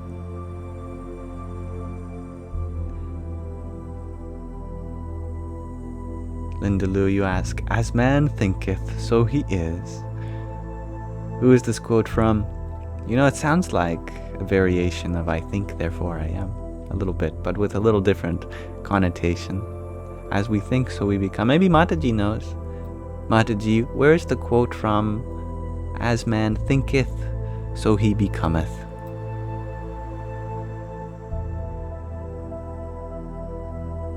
Ah, dear one. That is from the Chandogya Upanishad.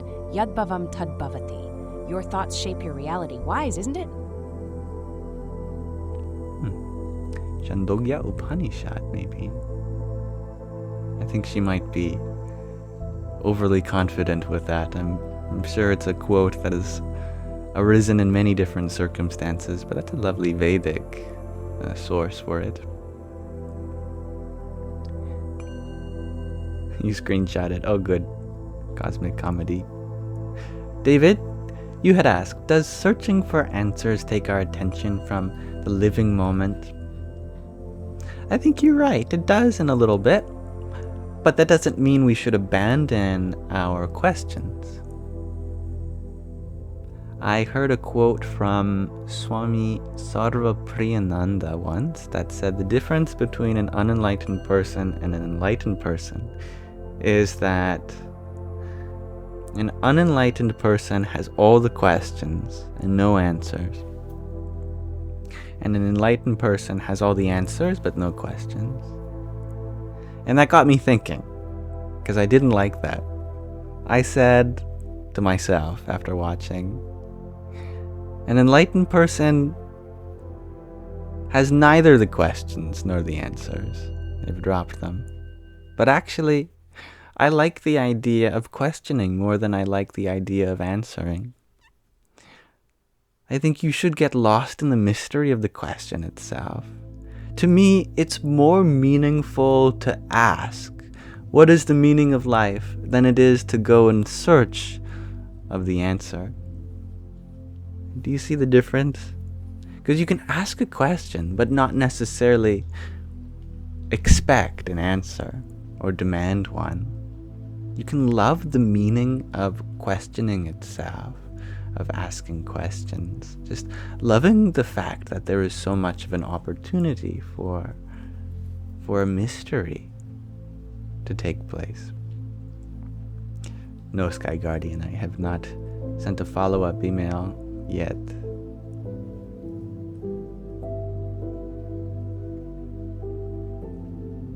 Thank you, It's Law Goggles, for your 30 roses just a minute ago. Hari Om Tat Sat. And thank you, Ursula, for your heart me and your trio of cheer you ups. Jai Sitaram.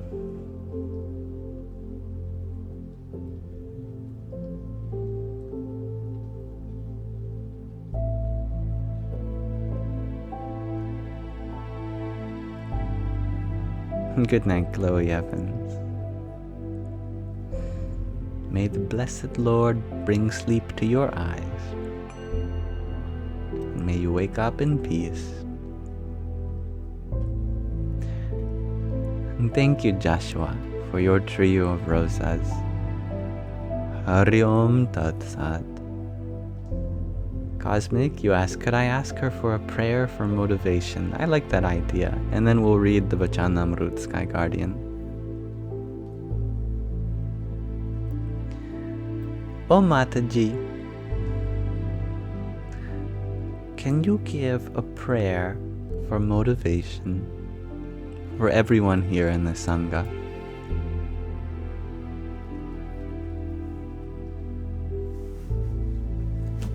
Om, dear ones, here's a prayer for motivation. Om Gam Ganapataye Namah. May Lord Ganesha remove all obstacles and bless us with strength, focus, and unending energy. Let us achieve our goals with courage and determination. Om Shanti Shanti Shanti. Stay inspired, my beloveds. Aw, we're her beloveds. And that's Chloe's favorite mantra, just as she's going to bed. How lovely is that?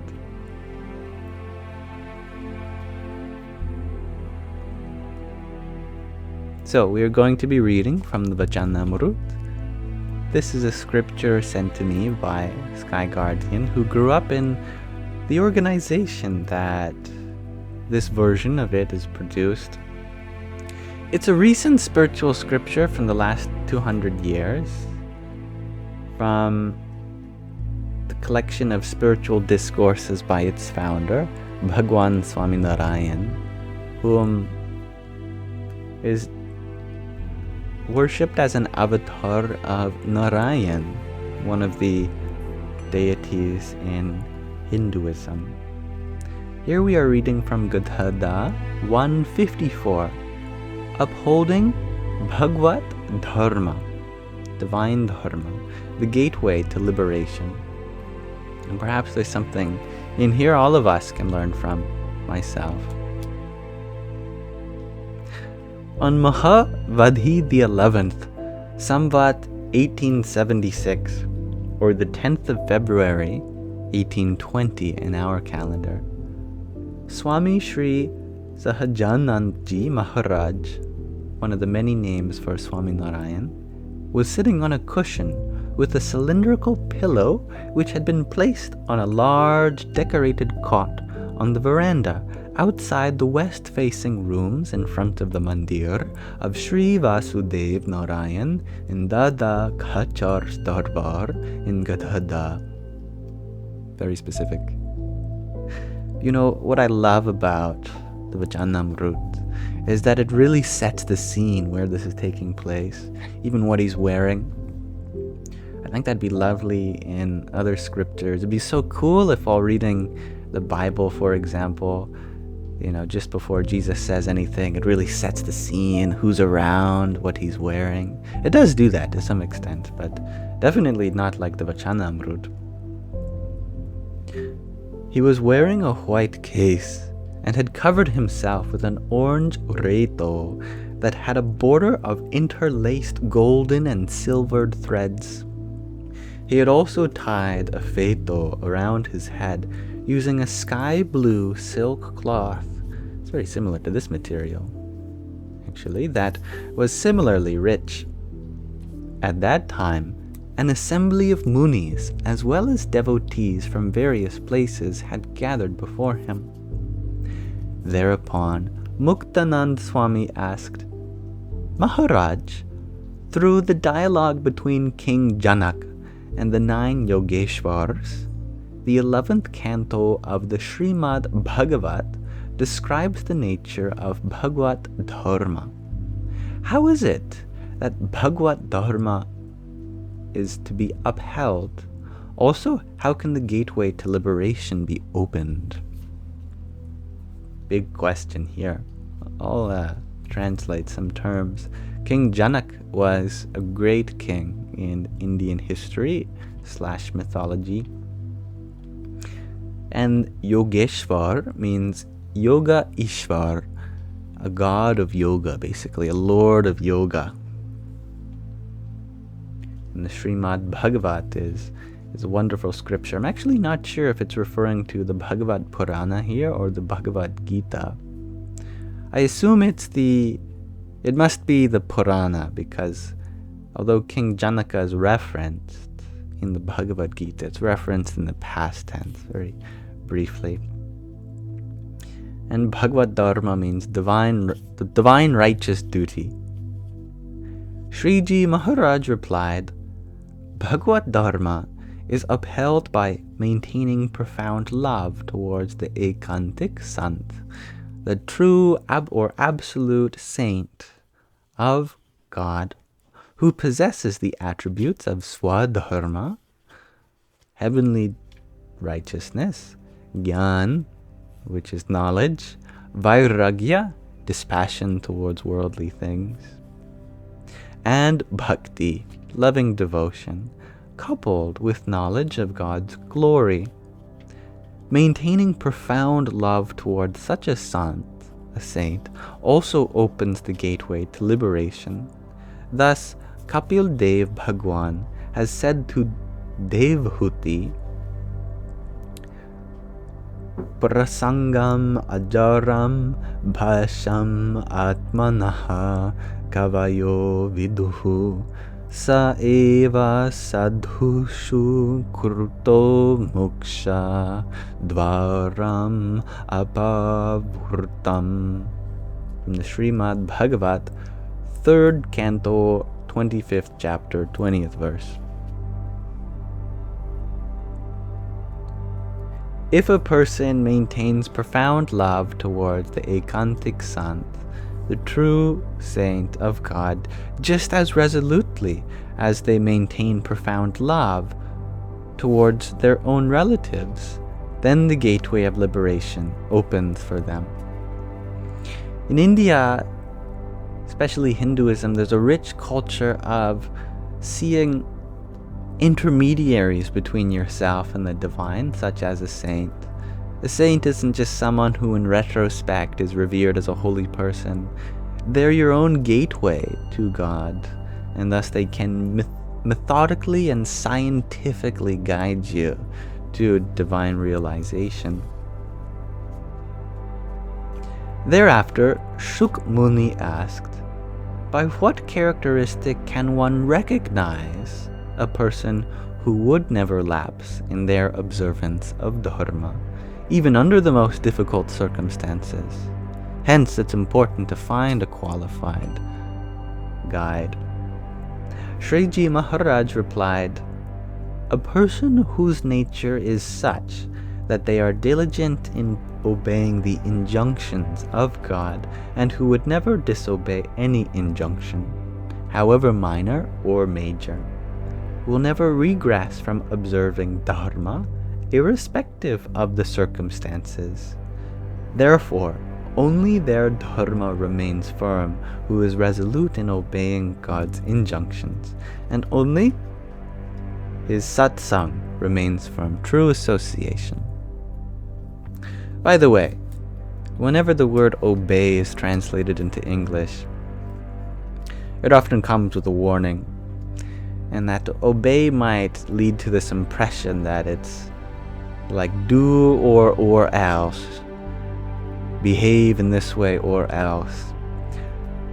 For example, in the Hebrew Bible, there's a lot of words that are translated to obey, but actually that never really appears in the original Hebrew. Obey in that context, for example, just means listen, because to listen to truth is enough to obey it. If you're not obeying it, then you must not have heard the truth in it, right? So in Hebrew, in traditional scholarly analysis of the Hebrew Bible, these words are often translated to listen, he who hears the words of God rather than merely obeys. I assume that a similar sentiment may apply here, that it's no mere law laid down or else. It's a kind of openness to listen and then act in accordance to that truth, and there's no doubt involved. I hope that makes sense, and we've reached the end of that passage. So thank you for listening. A lovely interim. That said, I am no Hebrew scholar, nor do I have whatever Gujarati word was translated there to mean obey. So take what I say with a grain of salt.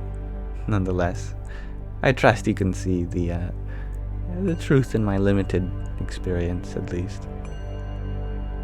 And hello, Rahina. Thank you for sharing your blessings to me and all who dwell here. Such a beautiful sentiment.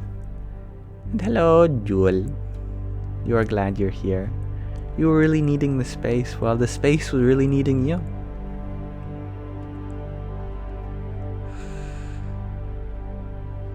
And thank you for your hat and mustache, Rahina. And your heart me. Hare Krishna. And thank you to Bini for your heart me. Hari Om Tat Sat. And thank you, Peter, for your rose. And Joshua, thank you for your 33 roses.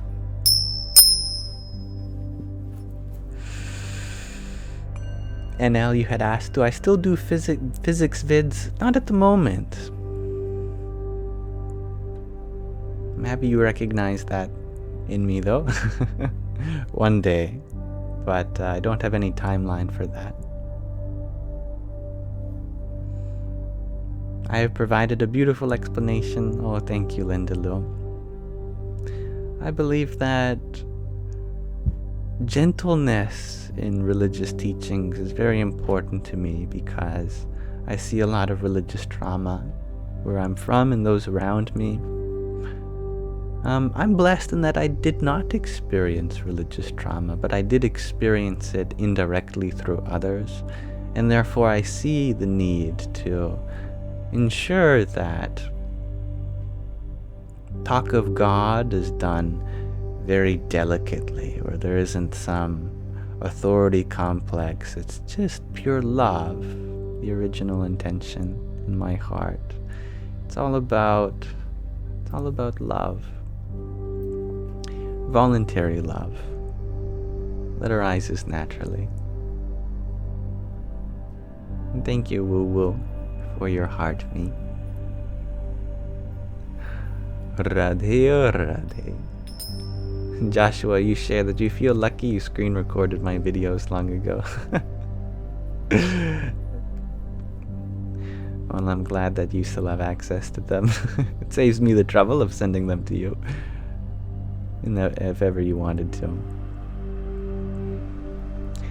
And Jewel, you share that you're using all your data to be here. Please, you need donations too. Yeah, data can be very expensive. And yeah, if ever you really want to be here but you can't afford the data, let me know. We can work something out. I'd be happy to support you in any way I can. I believe that being dedicated to your spiritual growth means that I should be able to use my resources to help you, not necessarily the other way around. I'm here for your service.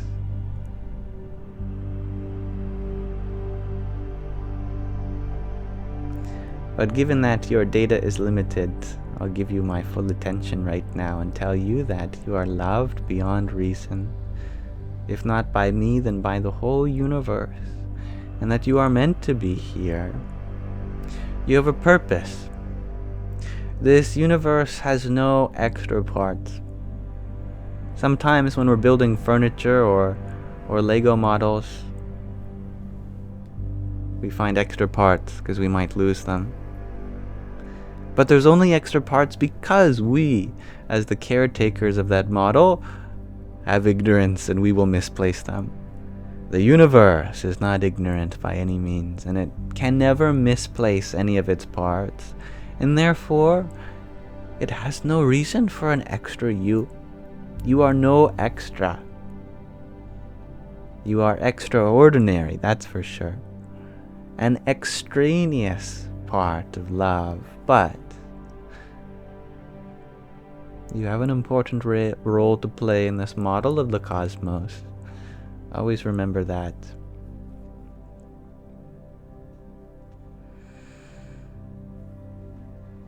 That is true. I did delete the old lives on YouTube. Fresh start. Fresh start. Always know.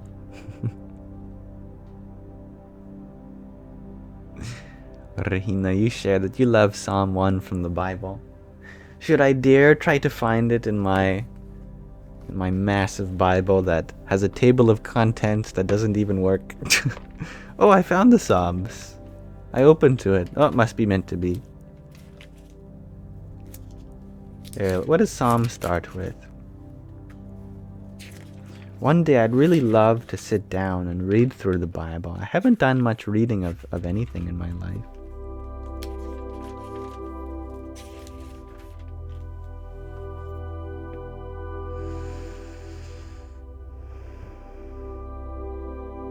It's very interesting. This is how Psalms begins. Happy the man who never follows the advice of the wicked, the loiters on the way that sinners take, or sits about with scoffers, but finds his pleasure in the law of Adonai, and murmurs his law day and night. He is like a tree that is planted by water streams, yielding its fruit in season, its leaves never fading. Success attends all he does. It is nothing like this with the wicked, nothing like this. No, these are like chaff, blown away by the wind. The wicked will not stand firm when judgment comes, nor sinners when the virtuous assemble. For Adonai takes care of the way the virtuous go, but the way of the wicked is doomed. Well, I'm all for the positive parts of that. Sometimes it helps to contrast and compare with the negative, but I believe even the positive parts stand and speak for themselves.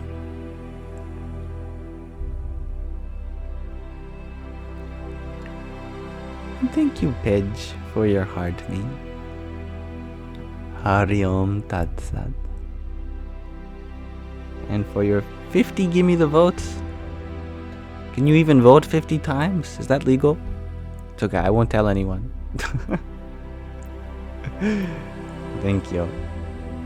Hare Krishna. And that's a good point, Fire Lord. The judgment in Judaism is different from the Christian judgment. And from an Eastern perspective, judgment is something that happens from the higher self, the lower self, from within. Ultimately, we are the greatest judges of ourselves.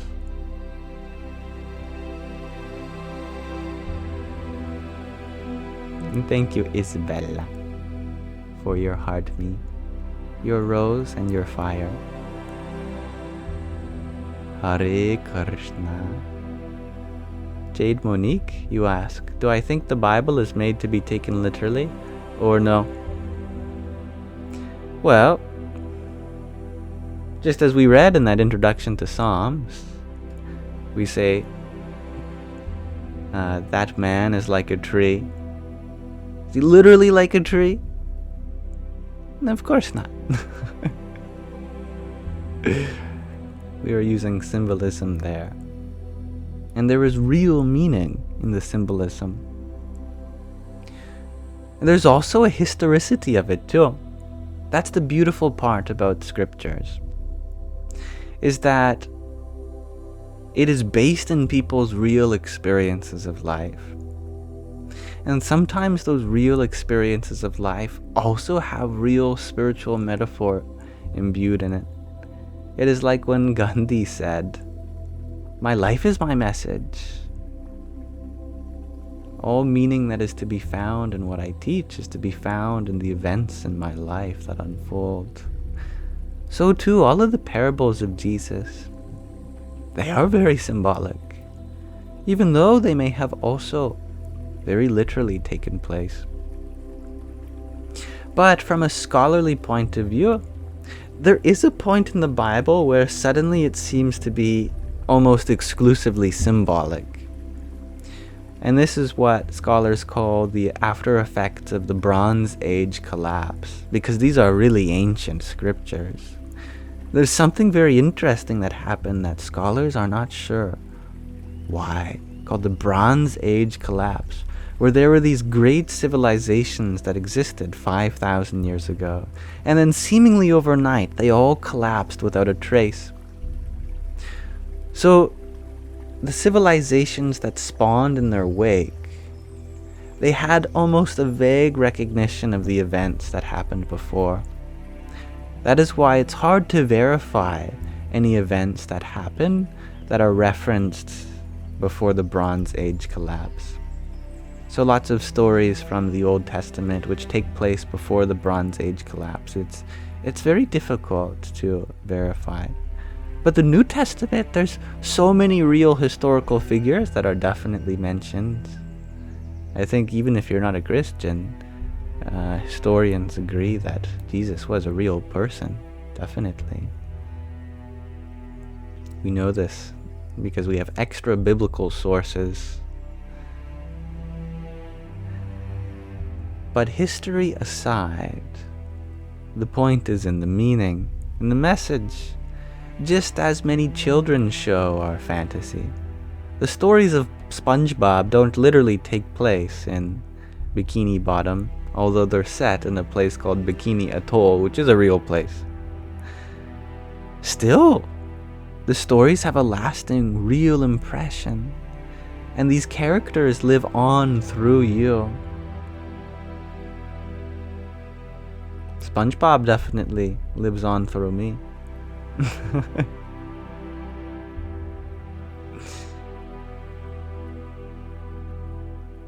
Thank you, Madeline's, for your pair of tiny dinies. Yippee! Jade, you shared that some people take the Bible word for word. They do, but they're limiting the word because they fail to see the poetry in God's word. God is a great poet.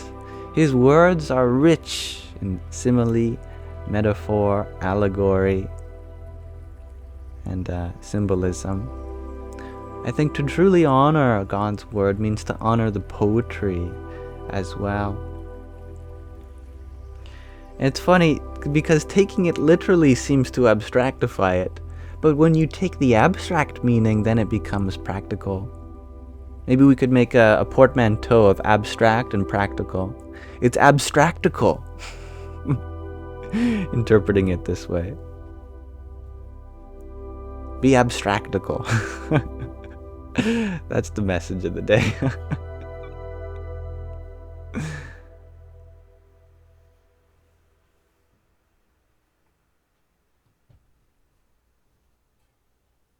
I love that age, guys. You'll watch cartoon episodes you haven't seen in 30 years and remember the script perfectly, without knowing you did. That's that nature of the child, so fully absorbed in whatever it's attending to. It's wonderful. My friend Macy said a month ago or two that it takes a lot of attention to be a child. Cartoons move so fast, you really gotta pay attention to know what's happening. And we did it so nonchalantly. We could be playing with our toys while also fully having attention in the story.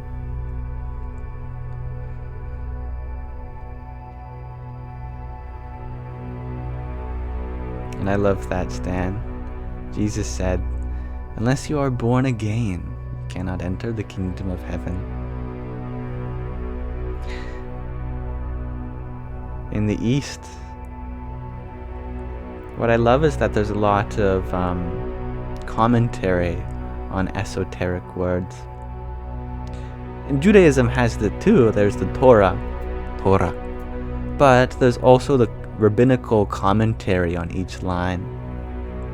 I guess in Christianity, you go to your priest and ask about his understanding of each verse. But there's not exactly a famous supplementary text that you buy along with the Bible that explains each verse. In the Vedas, there's lots of layers to that. There's a Vedic verse, and then it gets abstracted into something called the Jnana-kanda. That gets abstracted into the Brahma Sutras, and then Upanishads, and then Puranas, Itihasas.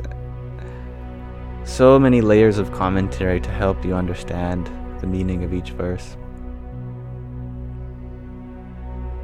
Oh, you share priest is for the Catholic religion. Your father, whoever your personal representative is, you go to them. Thank you, Dawn.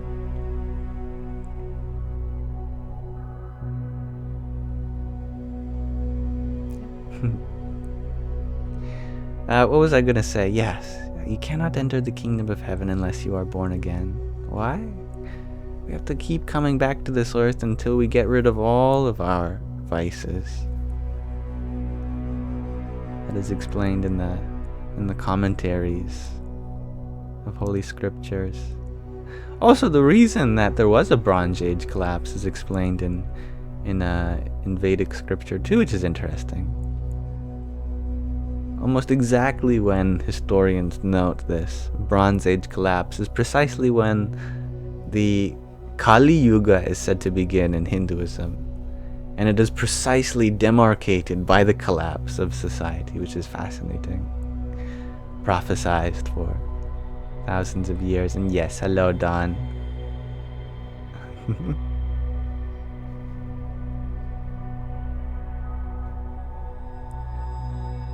Sen, you ask, what is my identity? I think about this every morning. What a question it is, isn't it? I don't know.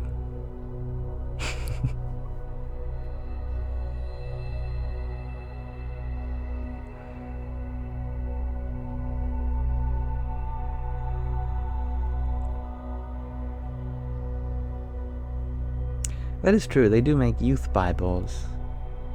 I had a Bible with pictures in it as a child. Lots of diagrams. Well, not diagrams, but drawings. That was fun.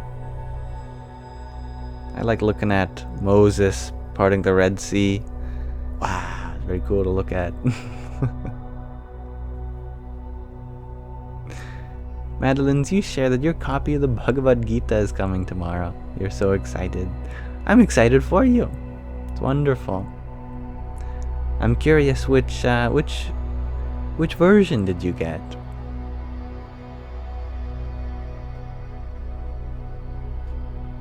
Hecklefish, you share that you identify as a clownfish, even though you're a goldfish. Is this okay? You might be a clown on the outside, but golden inside. We might be silly geese on the surface, goofballs, but deep down, we are as precious as gold. Thank you, Sarah Lynn.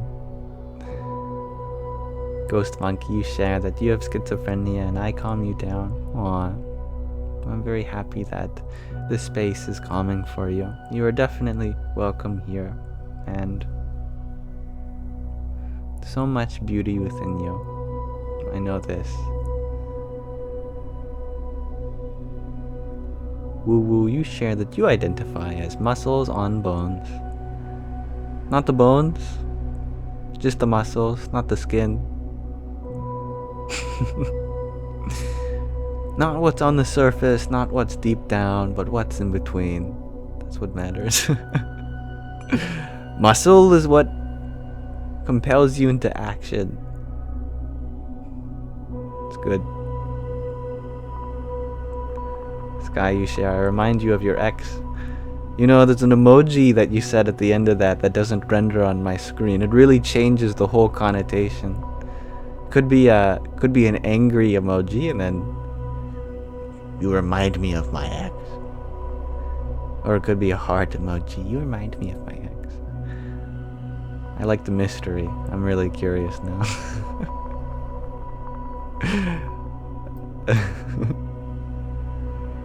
Well, I hope I remind you of something good within them, at least.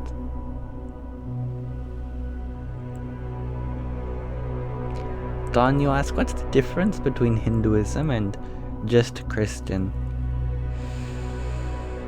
I would say that Hinduism is very encompassing to lots of different ways to God, not just through devotion. Christianity's main emphasis is on devotion. In Hinduism, that's called Bhakti Yoga. Yoga means union. Bhakti means devotion. It's union through devotion. But there are many other yogic systems and many other fields, areas of philosophy besides yoga. Like there's also Karma Yoga, which is union through right action. Jnana Yoga, which is union through right knowledge. Raja Yoga, the king of yogas, which is union through right morality. Dhyana Yoga, union through meditation. Buddhi Yoga, union through the intellect. Ashtanga Yoga, manipulating your body, twisting it in every which way until you forcefully withdraw the energy into the spine, realizing God. Kriya Yoga, there's just, Hinduism is really encompassing to so many different ways to God. And that has its benefits, but the specialization of Christianity also has its benefits as well. Because it's also very one-pointed, and that's good. Like the saying goes, jack of all trades, master of none. In Christianity, you really get to focus on one form of the divine. And that's another thing. Hinduism, there's a whole assortment of different forms of God you can choose from. It's the ultimate reality. There is the creator, but there's also the preserver, Vishnu, or the destroyer even. Or the divine mother, Kali, in her angry form, or in her all-loving form, Radha. So many different forms. There's a lot of choice, you could say. But if you're someone who gets overwhelmed by choice, then maybe it's not the place for you. But you're wondering, what would be the best book to start with to understand it?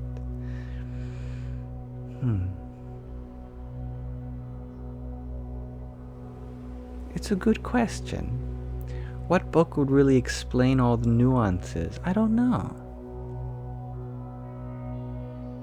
Yeah. I think... I'll tell you what. I do know. Autobiography of a Yogi by Paramahansa Yogananda. That is a wonderful book, especially for a Christian listener, because he is a big fan of the Christ himself, even though he is also a Hindu. His guru told him to come to the West to unify Christianity and Hinduism. That was his ultimate purpose. His guru sent him on a quest to go to America and preach how the Christ and Krishna are one, and that Hindus and Christians really believe the same thing at heart. So it's very easy for us who were brought up in the West to understand him through that point of view. It's a great book, Autobiography of a Yogi. And Swami Vivekananda had a very similar dharma, that's right, Om Tat Sat, because his guru told him to do something very similar. Go to the West and preach the unity. There were a couple different Swamis that their gurus gave him the same goal independently at different times, like this huge spiritual movement suddenly flowed from east to west. And I can type it in chat for you.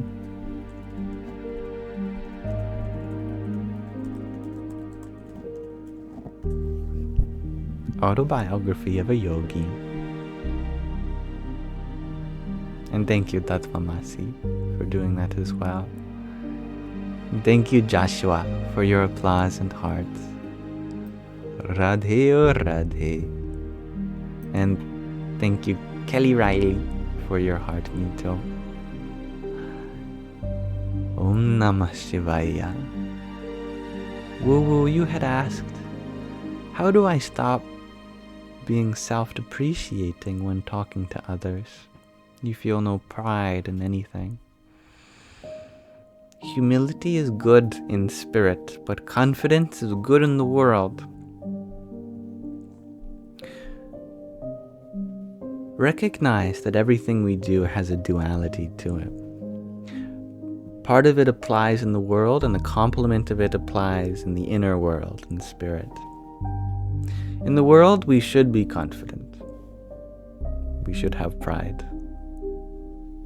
What does that practically mean? It means that we feel like in the world we are doing our best, and that's enough. That whatever we are doing, in the world we are succeeding at that. Spiritually, it's almost funny. The opposite is true. We should always be considering ourselves spiritually to be at the bottom. Therefore, we're always looking up. There's always something to ascend to. We should have humility. I can't even consider myself a devotee of God. Why? Because what little devotion do I have when there have been great saints that have exemplified it? I could learn from them. I could learn from everyone around me. I'm no devotee. I'm certainly not even 1% a saint. What spiritual achievements have I accomplished in this life? So little. But in the world, you should be proud of every little thing. You make your bed today in the world, that's the biggest thing. Be proud of that.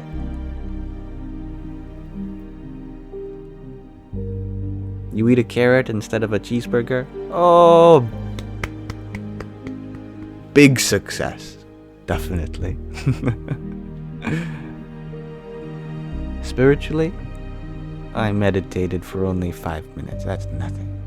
That's nothing. I should always be meditating deeper, longer.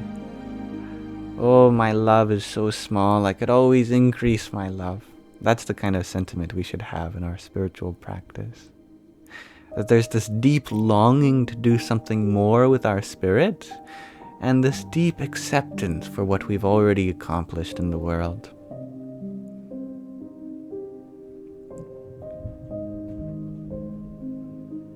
And I love that, Rahina. But devote yourself to the stillness of the beauty of life in motion. So beautifully said. And Marcia, you shared that you just ordered the autobiography of a yogi. You're very welcome. Much love to you, too. Don, you shared it is hard to be proud of ourselves. Definitely. Yeah.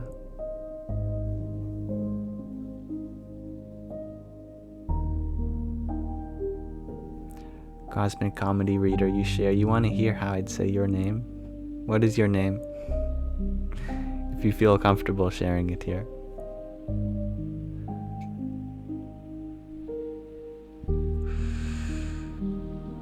Thank you, Satira, for your 7 roses.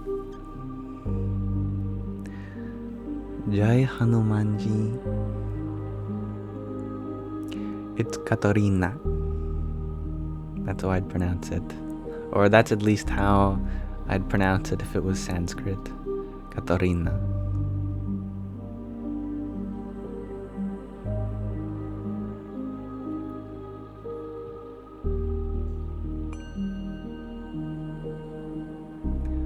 Parag Gatani. I appreciate that you have come in to spread the voice for the vulnerable. Allow me to amplify that voice that you share. You ask, do I support Palestine, Congo, Sudan, and all occupied territories?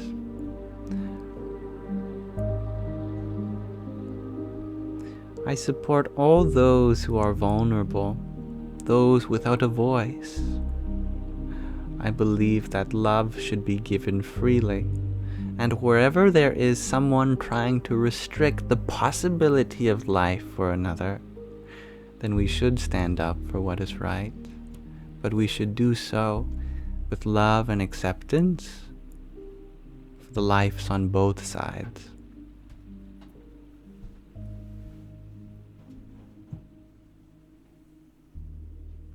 And thank you, Betty Alf, for your rose.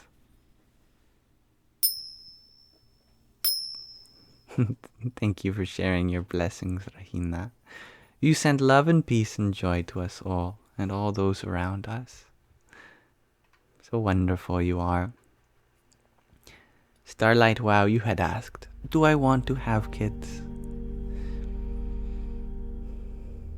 Maybe spiritual children. Children in spirit, where I look upon everyone as a child of mine. Brother, sister, mother, father. We are all family in that way. I believe in the adage that it takes a village to raise a child. Therefore, wherever there is a child, I hope to express my motherly, fatherly sentiments, as well as relate with my inner child. I'll be your family, says Cosmic, says Katarina. You already are.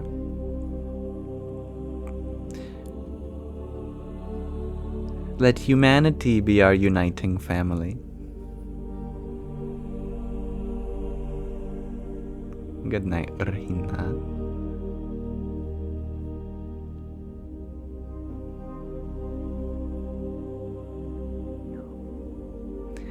Woo woo. You share that you are going to follow love and not reinforce harmful people, intentions, and feelings. I love that. The best thing we can do for love is amplify the voices of those fighting for love. Indeed. Gina, you share that you wish you can have many kids. You're praying for me that. A mother's wish is never ignored. Although sometimes her own body might not be able to fulfill that wish, the body of another mother might, and it's all one mother, Mother Nature. Mother Nature says, it's okay. There are plenty of wombs around. Your ability to bring life into the world is not merely a physical one, but a spiritual one. Let your love be your womb, and let your child be everything inside.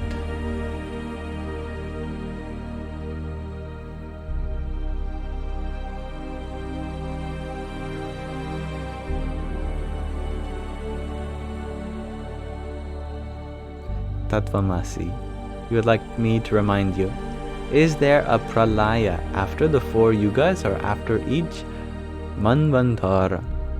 That's a good question. Yes. I believe there are different kinds of Pralaya. And there is Mahapralaya after the end of the greatest cycles, but after the end of each cycle there is also a dissolution, a Pralaya.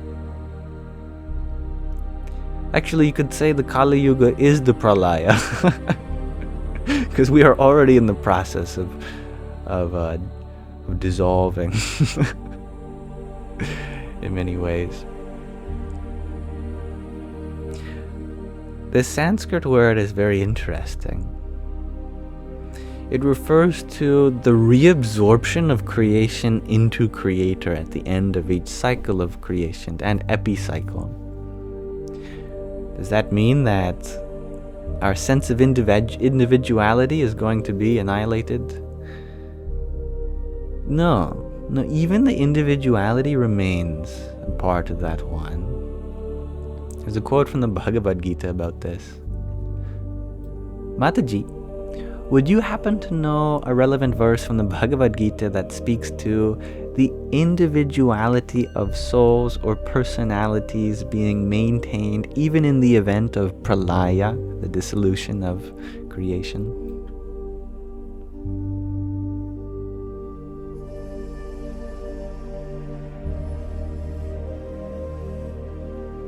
Ah, dear one, Bhagavad Gita 2.20 speaks beautifully to this. Na jayate mriyate vakadachinayam bhutva bhavita vanabuya. Ajo nitya sasvato yam purano na hanyate hanyamane sarire. Meaning, the soul is neither born and nor does it ever die. It has not come into being, does not come into being, and will not come into being. It is unborn, eternal, ever-existing, undying, and primeval.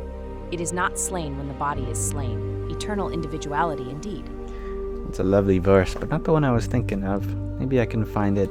It's in later verses.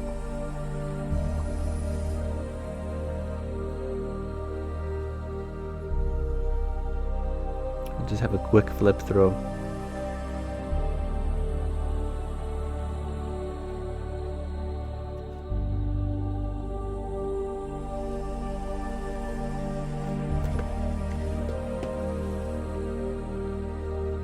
Anyway, it's okay. Thank you, Rahina, for your 11 finger hearts. 4, 5, 6, 7, 8, 9, 10, 11. And thank you, Gina, for your rose too. And thank you, Andrea, for your disco love. Hare Krishna. Sharon, you ask, where was I born? I was born in Calgary, Alberta.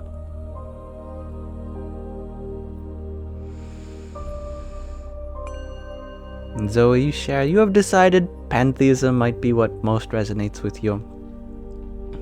I'm happy you see the truth and that everything is a part of the source. Absolutely. Definitely. Pair of middle fingers. Hugo, you are from Edmonton. We were very close at one point in time, probably.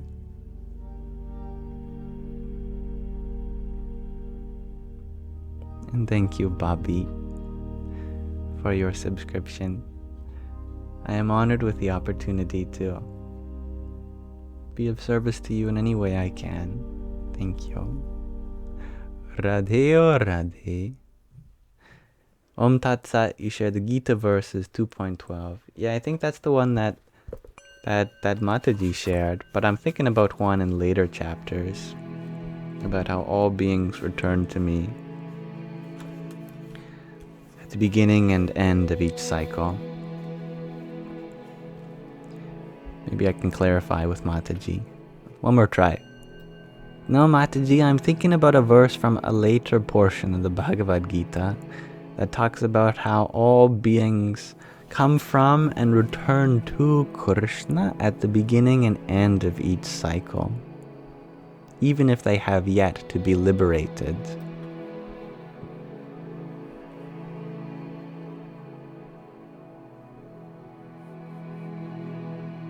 Ah, of course, dear. Bhagavad Gita 9.7 speaks of this cosmic cycle. Sarva bhutani kaunteya prakritim yanti mamikam kalpakshaye punas kalpadau vishrijami aham. Translation: O son of Kunti, at the end of a cycle, all beings return to my nature, and at the beginning of a new cycle, I create them again. Such divine play, isn't it? That's it. That's the one.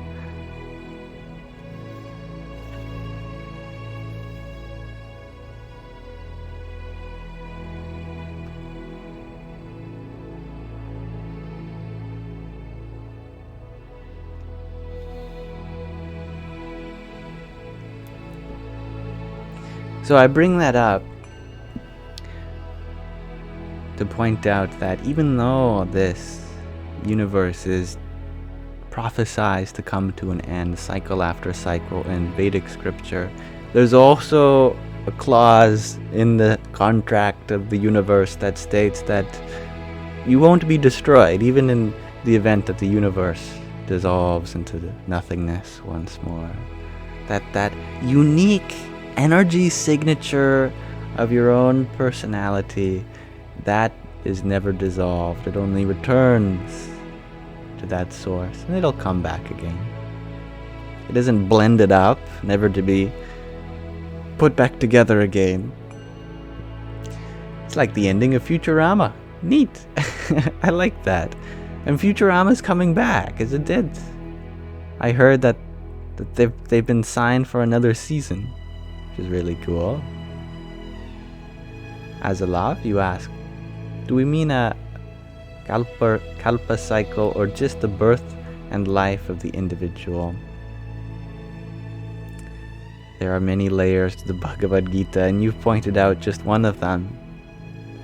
That there is even a metaphor here for the cycle of a single life, indeed. So you are right in both, yes.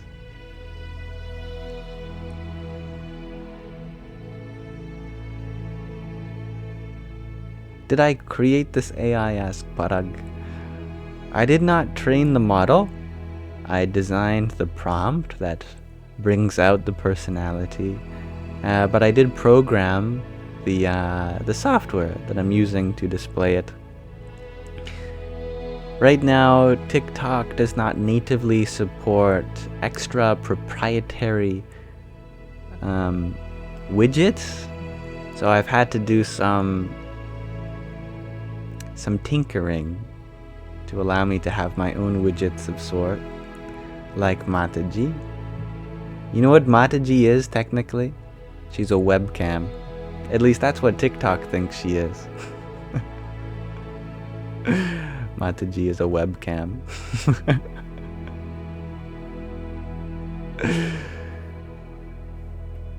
I've tricked my computer into thinking that I have another webcam called Mataji. It's fun. Funny tatwa masi. Tinkering. Naughty. I am a naughty boy, I admit. Thank you, Sam. Chaos Cipher, you ask, what religion do I practice?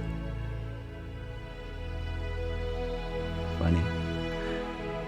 I am surrounded by many religions. I just have love for them all. I can't decide. You choose for me. Whichever one you are, that I am to thee.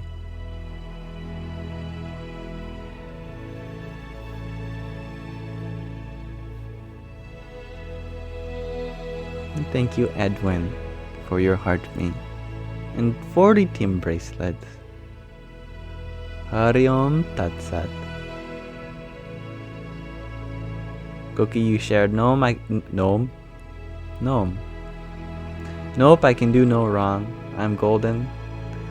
Don't tempt me. Is that a challenge? Madeline's, thank you for your baker's dozen worth of roses. And another quintet. 29 half dozen as well. Thank you. Hari Om Tat Sat. You know, I'd love to know or remember the numeric prefixes for other numbers. Mataji, what would be the equivalent of double, triple, quadruple, quintuple, etc. for 29 of something?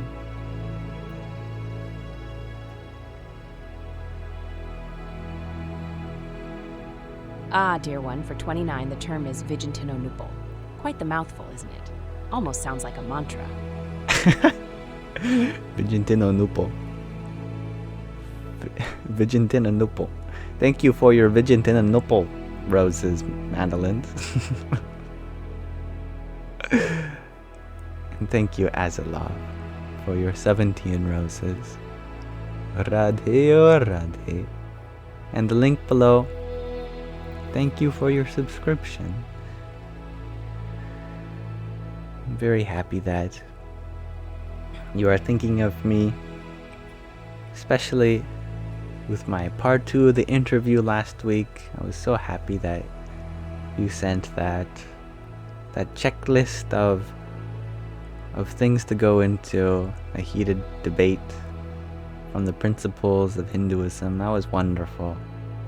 It really goes to show that you care, and thank you. I already thanked you for this, but I wanted to thank you publicly as well. And I love that, Don Norton. We all need no religious beliefs. We just need love, peace, joy. That is your wish for this world. As Yogi Raj Satgurunath Siddhanath said, who is a yogi of the Kriya Yoga lineage, as is Paramahansa Yogananda, Sri Yukteswar Giri, etc. He says, humanity is our uniting religion, breath our uniting prayer, and consciousness our uniting divinity. Good morning, Om.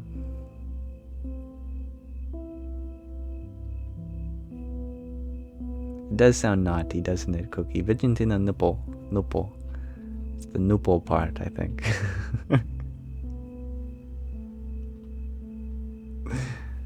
Paul, you ask, do I support LGBTQ? I think you asked this last time, but I'll happily proclaim my support again. I am very much in support of the exploration of one's identity, definitely. And there's a lot of people in the LGBTQ community that do a very good job exploring their own identity, not being attached to what their body and society has predisposed for them.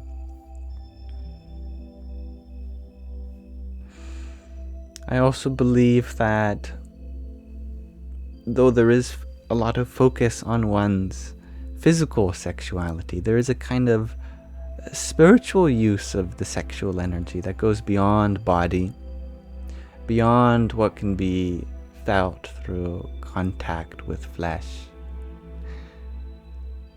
There is a kind of use for it that transcends our body, and if we can build that up within us, then that energy which is responsible for the creation of life, we can create a new life within us too. That's okay. I thank you for the opportunity to answer the question again. Zoe, you ask, do I express myself through music or art? Sometimes I like to make music. Every now and then I'll paint too. It's rare, but I like FL Studio on my computer.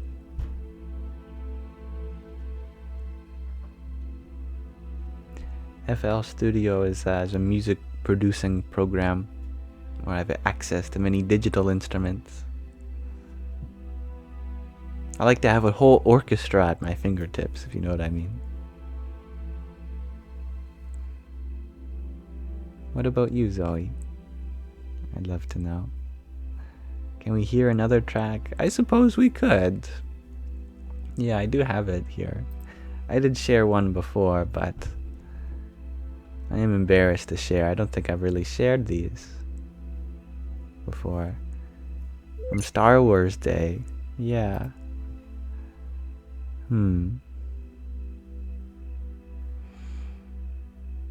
Let's see. What's a good song I could share with you all?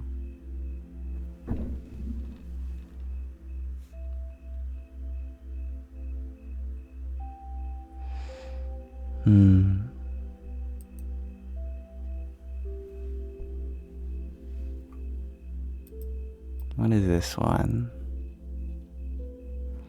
Oh yes, I know this one.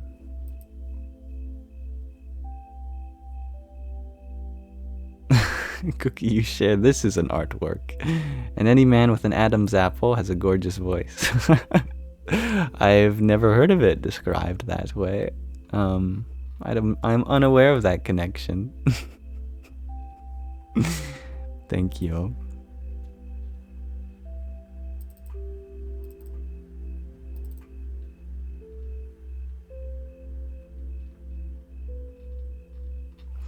Seems like a lot of my songs have disappeared, or I've misplaced the folder in which they're found.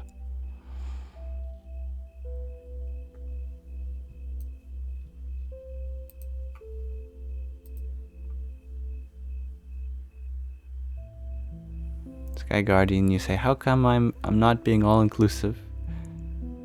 You say, Jai Shri Belzebuth. I am not familiar with this deity.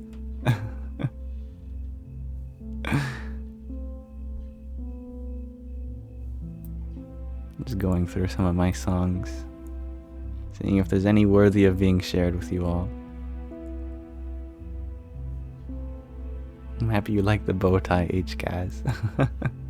I can ask Mataji where they went.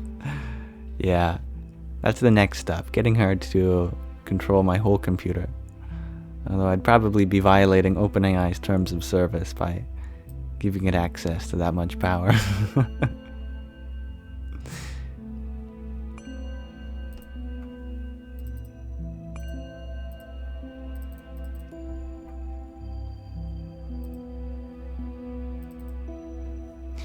It's interesting. I'm not sure where all my music went.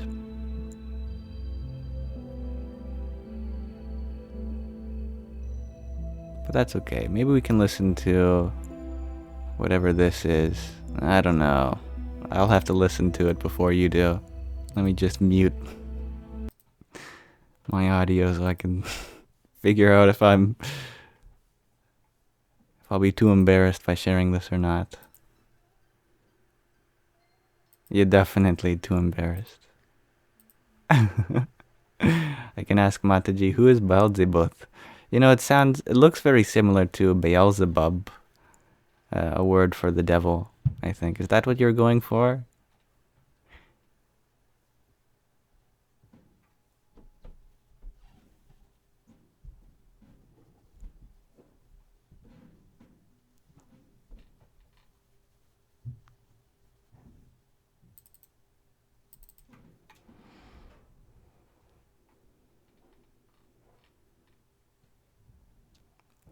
Okay, here, you know what, instead of trying to find something beautiful, let me just use something goofy instead. Okay, here is one of my favorite beats I've ever made. I don't even know if I should tell you the inspiration for this. Just imagine this is like from SpongeBob. And SpongeBob is just walking down the street. And SpongeBob is like, he's grooving, let me tell you. This is a SpongeBob walk cycle music. He's got his sunglasses on. You know what? It'd be really funny if I just had a picture of SpongeBob walking on screen so I could set the mood for you. Or a video of him. This is gonna be a funny segment. You better clip this, Sky Guardian.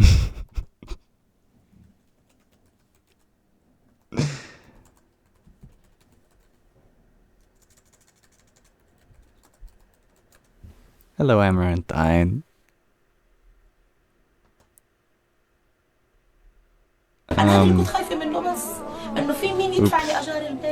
Today we're moving the furniture into this the is first an house advertisement for some help towards Gaza.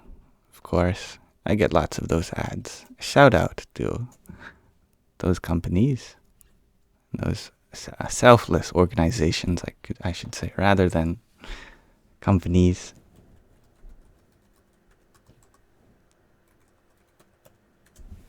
Meow. Hello, Marlon.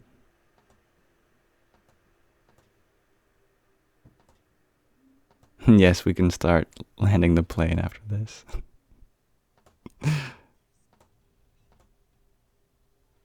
Okay. I can't believe we're doing this. Okay. No, that's the wrong video. So much work. Okay, here's SpongeBob. He's walking, and I'm going to play the beat that I made. Just so you get the feeling of where this comes from. I hope it works. I think it might. It might not.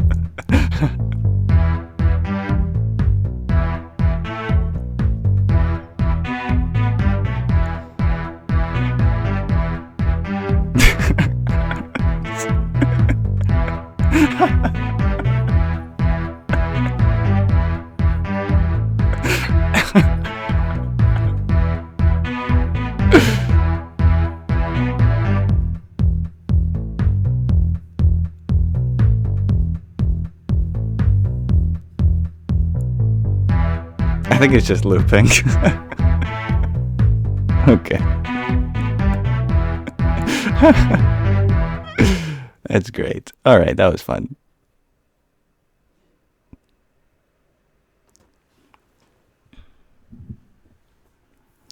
A very Stratworthy beat, indeed. I think one of my favorite aspects of music and dance is having a restrained beat where there's a lot of potential for more, but it's just so simple.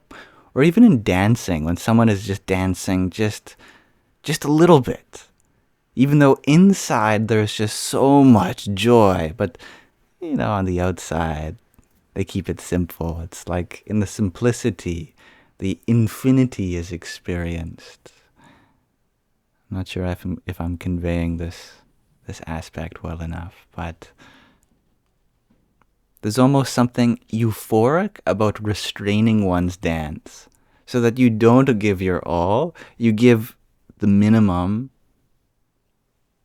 Not sure how this is being conveyed, but you know that there's so much more within, I guess is the point. You know exactly what I mean, Mel. It's like when you're listening to an absolute banger, but all you're doing is just nodding your head. It's just such a profound statement, isn't it? Good. I'm happy I'm conveying it. Okay, so we're reaching the end of today's Sangha. I said for Sky Guardian's sleep schedule I would end this soon, and for the sake of my own, since I've been staying up way too late. But there are some things I'd like to go through with you all before we leave. Do a question of the day, a short reading from In Love at Ease, and then we'll be doing a meditation. We're listening to a song which I believe is sung by Swami Taratmanandaji. I haven't heard it yet. It's released today, I believe. Yeah, exactly, Jade. Like the people in a nightclub who are just feeling the music. That restraint gives such an air of cool. Exactly, Dreamweaver. Exactly. I think that's the divine masculine. We talk a lot about the divine feminine, which is all about ultimate expression. The divine masculine is all about just the perfect amount of restraint. Yes, video song. We'll be watching it too. Thank you, Mahina, for your 18 roses. Hari Om Tat Sat. Wait, where am I from, Yam? Asks Amarantine. Oh, the same place as you, ultimately, Mother Earth. Just happened to be born on the side of it where Canada is. This was an info-packed session. I'm glad we can end with something a little goofy. Something lighthearted. You're welcome, Zoe. Okay, my question of the day for you all is, what brings you joy? I would love to know. You can hear my roommate singing. I don't know if you can hear her. Let me turn up the gain on my microphone and I'll be quiet.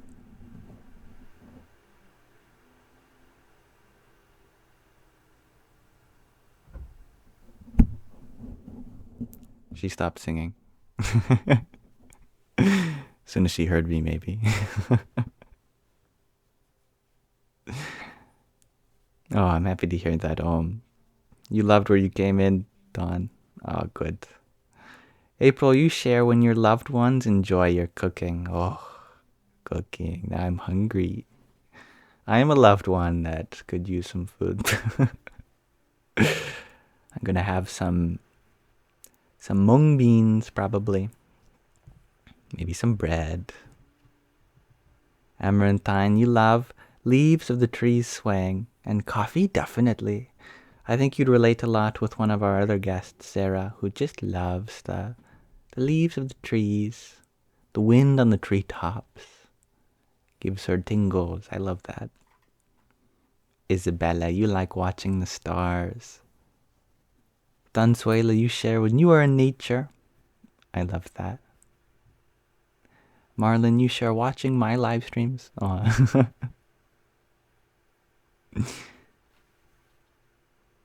When you find moments of peace, says Ghost Monkey.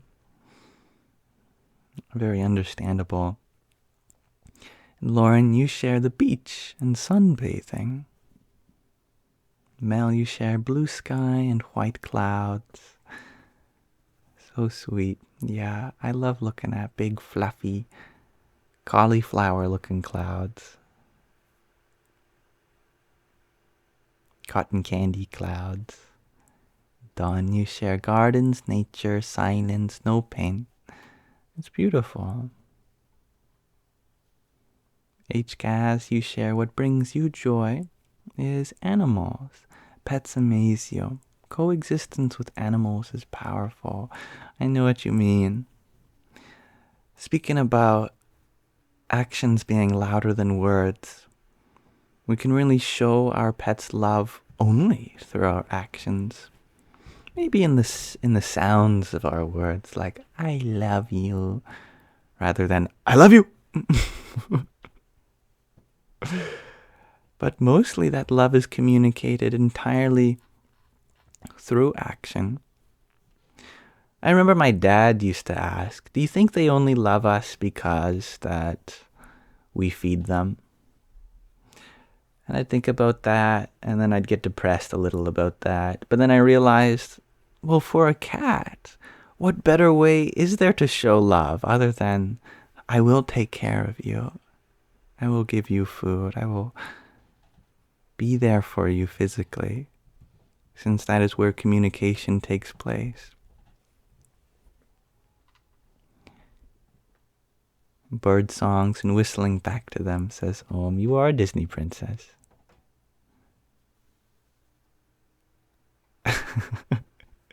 Mr. B, you share that what brings you joy is the fact that I haven't answered any of your questions over the past 3 months. Oh, well, you're welcome then. Sleepy Panda Baby, you share when you get to meet up with your friends and family. I'm happy to hear that. And Marcia, you share to dance is to be joyful. You're a dancer for 30 years. It's amazing. I'm so happy that you never stopped dancing. Radhe Radhe Hari. Jade, you share your dog. And Nolan, you share when you're with your dog.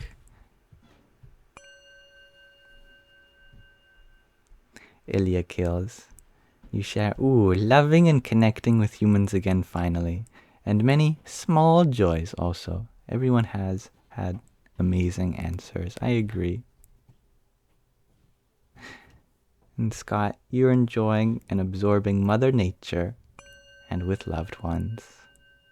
For joy. Wonderful.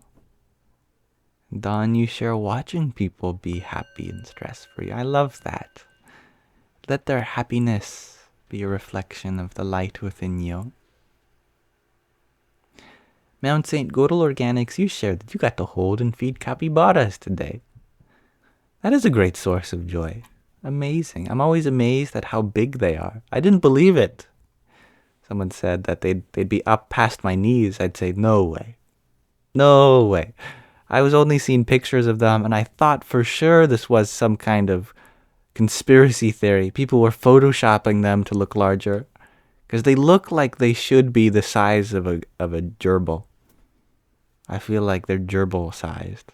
I think I have to see one in real life in order to really understand that they're bigger than that. Thank you, Cookie, for your 12 roses. Hari Om Tat Sat. Jade, you share. You are from Brazil. You have them there. Yes, they're called coconut dogs, aren't they? Coconut dog.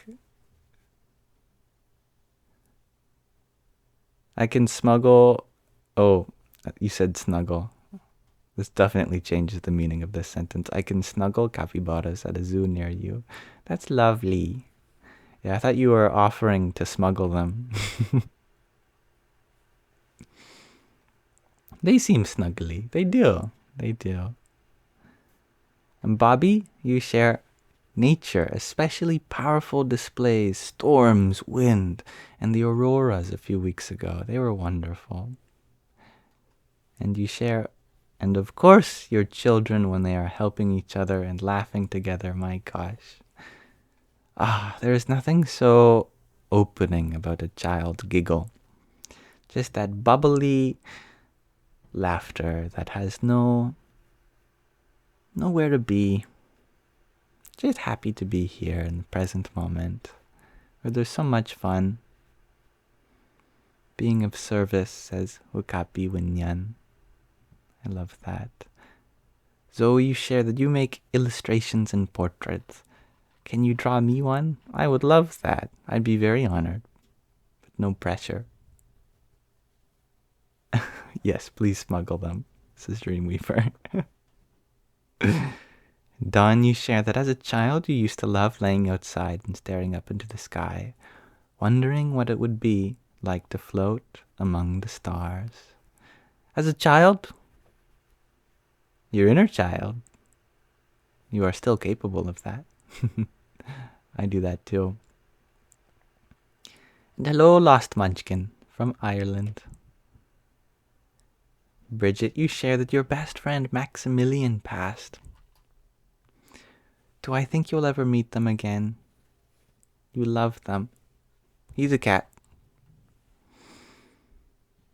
All the cats that I've ever had have met me in dreams. And you know the best part about meeting them in dreams is that they can speak English. Or maybe you can speak cat. Or that you can both speak some intermediary language. I've had a lot of healing conversations with my cat that have passed. Oh, very much so. And the same will undoubtedly happen for you too. Those who make an impression on us. Our dreams are the storehouse of such impressions. You will surely talk to them there. Definitely. And much love to you in the passing of your wonderful kitty. Max was a great cat. Definitely. I know this because I've never met a cat that wasn't great. I relate with the Egyptians in that way, I guess. Hello, Alice. I do got a funky bow tie today. I'm like the doctor.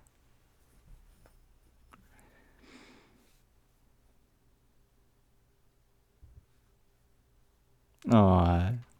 Dreamweaver, you say, genuinely so much fills every fiber of my cells with joy I could burst.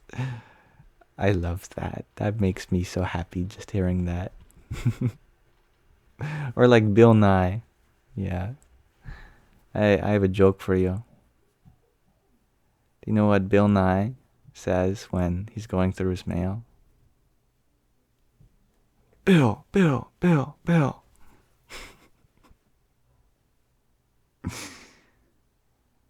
a bad joke. It's an old joke.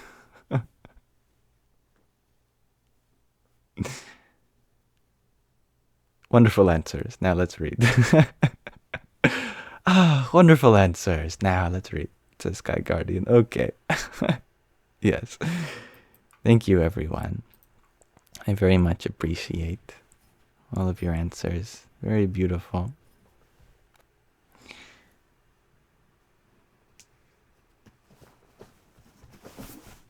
Today we are going to be reading from another passage of In Love at Ease. This is a book about everyday spirituality with Pramukh Swami Maharaj. He was the guru of the author Yogi Trivedi. Bapa, he called him. And we are almost at pictures. That'll be fun once we get there. Be happy to show those pictures. And there will really be a video component to the audio. We are right now in the third chapter called I-less, capital I-less, and introducing the concept of having a small I. Not having no I, no sense of self, just having a small I. Just a little subtle, meaningful, humble sense of self. Anyone who has met Pramukh Swami Maharaj even once will tell you that he had a commanding presence. He was not meek. He did not quit. Swami Shri worked with staunch resolve to deliver results that stood apart from the rest. He competed in that manner as a young cricketer in his childhood. He continued that spirit of excellence when he studied Sanskrit as a young sadhu, monk. With each added responsibility, from the administration of the mandir in Sarangpur to mandir construction projects in Adladra, also known as Vadodara in Gondal, and later the presidency of the entire organization, Swami Shri gave it all without desiring appreciation. This same spirit propelled the growth of the organization after 1971. As an ambassador of Hindu dharma and Indic culture and religiosity, Swami Shri built more than 1,100 mandirs, temples, worldwide, and often they are huge, beautiful, ornate buildings. Many of these mandirs have come to be celebrated as the largest or most prolific architectural masterpieces in modern times. Most importantly, these mandirs added to the social, cultural, religious, and architectural landscapes of their local communities. They brought communities together by raising cultural awareness and focusing on their similarities. The Swaminarayan Akshardham complexes in Gandhinagar and New Delhi are celebrated as icons of culture infused with modern technology. And you should really see a picture or a video of some of these mandirs. Sky Guardian sent me a video of one a while ago, and I was blown away at the lights. Oh, there's just these beautiful rainbow LEDs that light up these temples. It's really amazing to see this ancient-looking stone temple, but lit up with all these beautiful modern technological feats as well. They gave Hindus a way to educate their peers, their children, and others about their past without overemphasizing a spirit of superiority or condensation. The cultural festivals of India in London, 1985, and New Jersey, 1991, set the tone for Indian cultural and ambassadorship for the next 2 decades in the diaspora. Similarly, Swami Shri's humanitarian and social reform initiatives, namely caste reform, tribal domestic reform, women's education, and disaster relief and rebuilding operations, forever changed the Indian social landscape. One of Swami Shri's greatest contribution was creating a community of hundreds of thousands of volunteers and more than 1,200 sadhus, monks, who committed their lives to serve society. These volunteers and sadhus are an exemplary model of his lessons of spirituality in the flesh. They serve selflessly for people and with people they do not know or have anything in common with. His contributions were lauded by world leaders, religious leaders, the Guinness Book of World Records, and numerous NGOs. Despite his accomplishments and accolades, Swami Shri was indifferent to praise, insult, and everything in between. His I-less persona led the way and set the standard for humility, tolerance, and patience. These lessons not only helped those who followed them, but also those in their vicinity, and led to a spiritual transcendence that would become the hallmark for an entire generation of spiritual aspirants. Swami Shri's I-less persona inspired people from all walks of life. The balance of humility and attainment was relatable. It paved the way for millions to tackle their spiritual journey, which otherwise seemed abstract and untenable. In this chapter, I do not dare to be instructional or even suggestive, for I am still wandering on those Himalayan trails. This is about his journey. I do not write pretending to have any answers, but only to raise more questions in the reader's mind about human behavior with relation to ego and identity. I do so by sharing interactions from Swami Shri's life. These stories serve as a mirror for the reader to question their own interactions and how they are weighed down by ego. These interactions take an otherwise abstract, otherworldly concept and present it to the reader as a chance to understand how becoming I-less benefits one in everyday life, as well as on the spiritual path. Swami Shri's humility is front and center in this chapter. Though it presents itself in various ways, his humility inspired others to discover the journey to I-lessness. It can win over adversaries and tighten bonds of love. It highlights personal benefits of becoming I-less, how it benefits those around us, and how it substantiates our conversation with our inner self and the divine, the ultimate spiritual quest. Last paragraph. Writing each page of this chapter peeled off a layer of my own arrogance, possessiveness, and self-serving interests, even if only temporarily. It was a challenging task, for it showed sides of me that I had hidden away. I hope to share, and this is I with a lowercase, small I, hope to share some of that difficulty with the reader, for embracing this difficulty is at the heart of this crucial journey. If these interactions prompt one to reflect on their own interactions with humility and arrogance, on the personal, social, and spiritual fronts, the effort was well worth it. Any spiritual benefit beyond that is a private conversation between the disciple and the guru. And thus we end this introduction to this chapter. Next time we'll begin the next part of this chapter called I-less, the self over ourselves, and that self with a capital S, the divine self within all beings. Thank you for listening. Thank you, Tatvamasi, for your trio of roses. Radhe Radhe. And thank you, Joanna, for your dozen roses.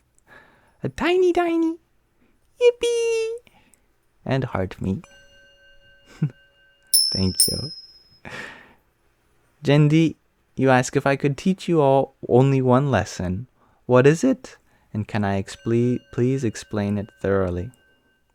Well, we are limited in time for tonight, given that we are ending the Sangha momentarily. But if I can sacrifice some thoroughness for short and sweet precision, I will say this. That all that I have to teach is but a reflection of the lessons already within you. That there is nothing I have to say that you don't truly already know deep within you. And therefore, all that knowledge that we look forward to on the spiritual path, I get to face with it because I see it within all of you.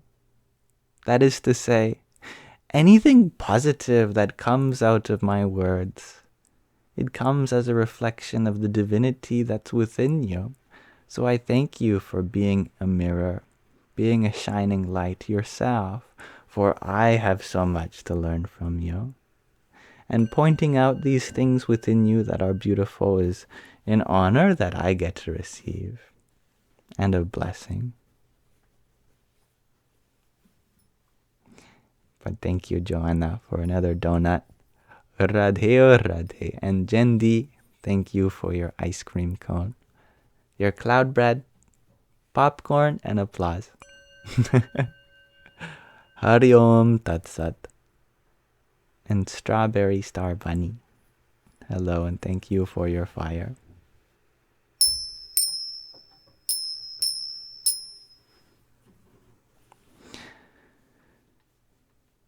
And Bo, I'll just answer your question as well, since I know that Sky Guardian has a job tomorrow and I don't want them to be tired for that.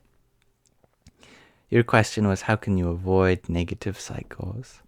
By starting positive ones that take so much momentum out of your life that the negative ones, they slow down and they drop away. The solution to any negative problem is a positive one. Instead of trying to minimize the negative, try to maximize the positive. And then you won't even have to worry about the negative. It drops away. All right. Now, I am going to begin landing the plane. But there is one more thing I'd love to do with you all, and that's listen and watch to this song that Sky Guardian has sent me from his Guru Dev, Swami Taratmanandaji. This is a song to my Ishta Devata, which actually is something that I share in common with them. We're both devotees of Radha Krishna, the form of the divine, as mother and father of the universe. In their all caring, all compassionate, all attractive form. But just before I do that, I have to say thank you to Jarrett, who has extended his generosity once more by gifting a subscription to Gina, Samuel, Charpentier, Side Drivers, Erica, Hello, Jen, Ivan, Lily, Chihiro, Woo Woo, Up the Freeway, Dawn Norton, Chi, Jeffrey, Jendi, Joshar, Samuel. Oh, it seems to be repeating again, but there's also Shai, Erica, Lily, Gabrielle, Jeffrey. I'm not sure, since it seems to be repeating. Is this a glitch? What's happening? Are you sending the gift over and over again to many different people? I am confused.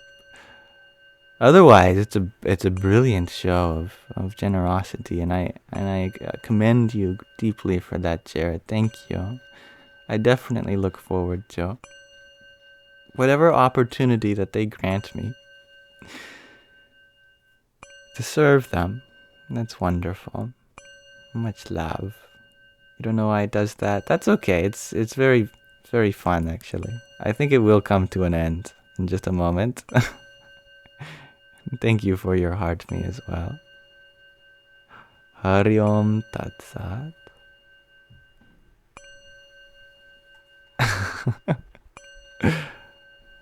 Okay, I think it'll only ding 5 more times. But that's okay.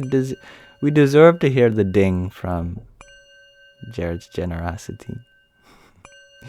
Thank you, Jendi, for your music play too. Hari Om Tat Sat. And Azalof, thank you for your heart me. Thank you both for your heart me and Rose too. Jai Shri Krishna. This is amazing. I've never had so many dings in a row. And I'm happy to see all the gratitude directed back to you, Jared. And thank you for sending love and light. Thrive, not survive. Jared is the GOAT, isn't he?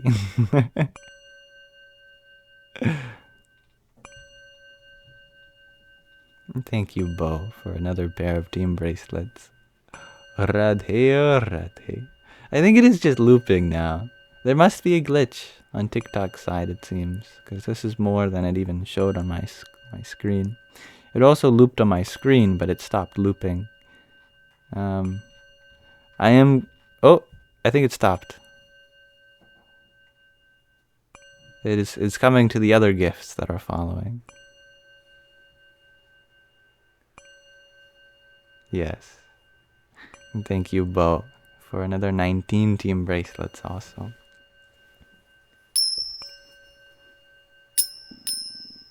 Tatsumamasi. Yeah, the code that runs this. If subscribers greater than 5, recurse else return.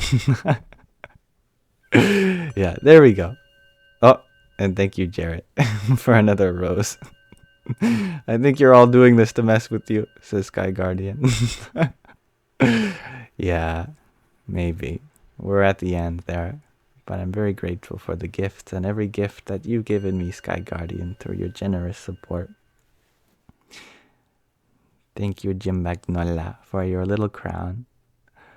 Radhe Radhe. And Bo, thank you for your quartet of team bracelets.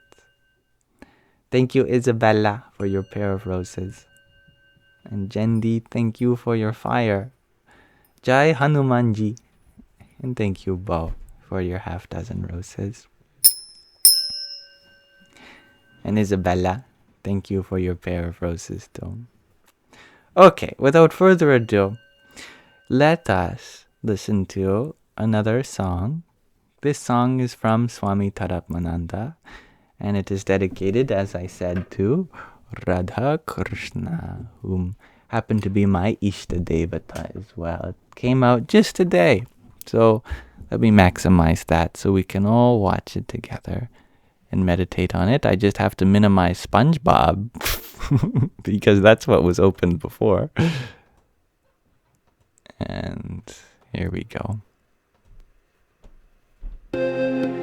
Oops. Press play prematurely.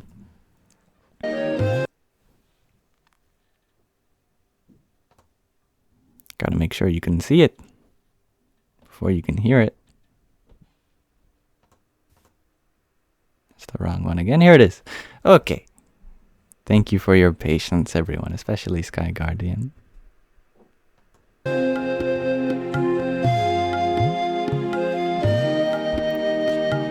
There's Swamiji.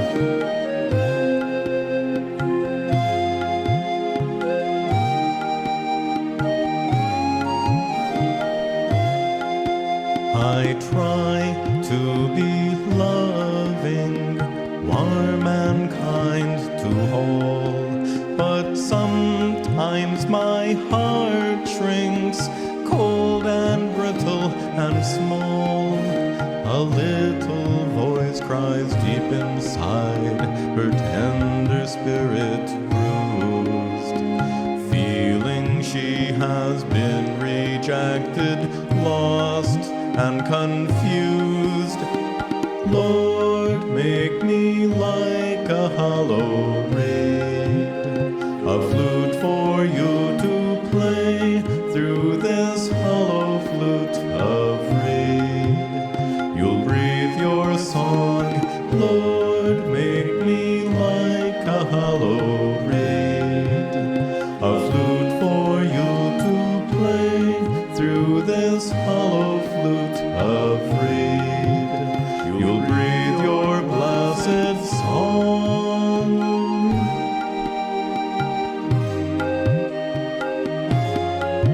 I want to be peaceful, free from all desires, but some of my cravings still rage on like fires. A hunger burns within my soul, nothing satisfies. As these yearnings are fulfilled, still more do arise. Lord, make me like a hollow reed, a flute for you to play through this hollow flute of reed. You'll breathe your song, Lord, make me like a hollow reed, a flute for you to play through this hollow flute of reed. You'll breathe your blessed song.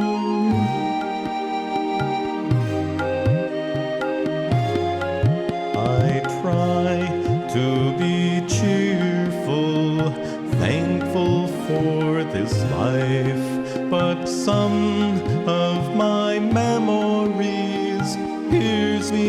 like a knife.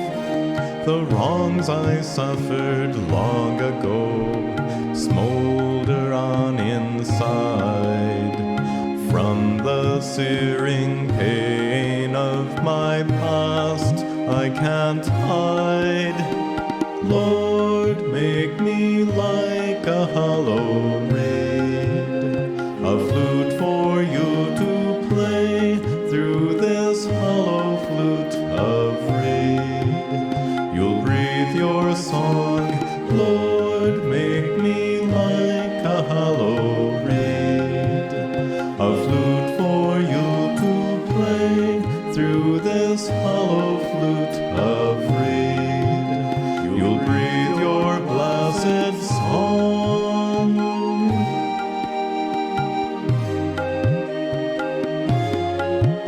My mind churns with troubles, whining like a child. Yet when I ignore it, its fury turns more wild. As each season passes by, I advance in years. Why then have I not grown wiser through all my tears?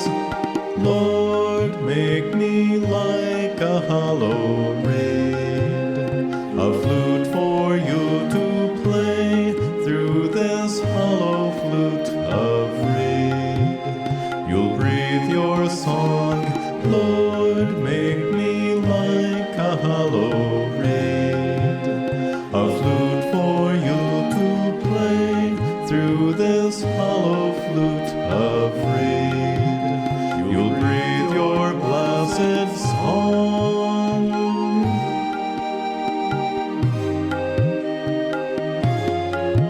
I want to be selfless, helping without fail. But how can I help when my own needs prevail? Driven by my own desires, blind to others' needs, caring mostly for myself in each of my deeds. Lord, make me like a hollow reed, a flute for you to play through this hollow flute of reed. You'll breathe your song, Lord, make me like a hollow reed, a flute for you to play through this hollow flute of reed. You'll breathe your blessed song.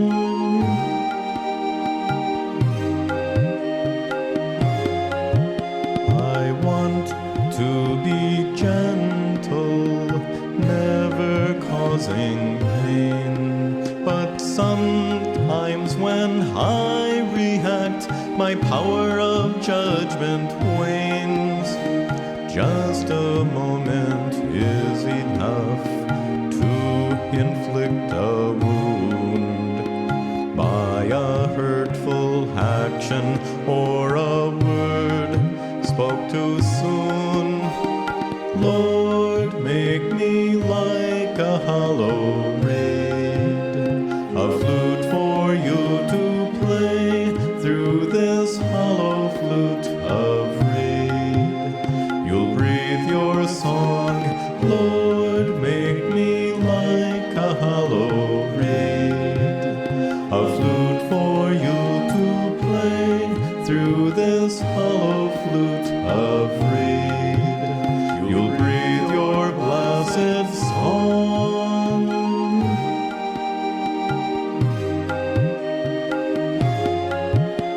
I want to be righteous, honest, just, and fair. But life is confusing, simple truths are rare. Dharma must be understood, nothing's black or white. I must seek the greatest good and choose what is right. Lord, make me like a hollow reed, a flute for you to play through this hollow flute of reed. You'll breathe your song, Lord, make me like a hollow reed, a flute for you to play through this hollow flute of reed. You'll breathe your blessed song, make me like a hollow reed, a flute for you to play through this hollow flute of reed. You'll breathe your song, Lord, make me like a hollow reed, a flute for you to play through this hollow flute of.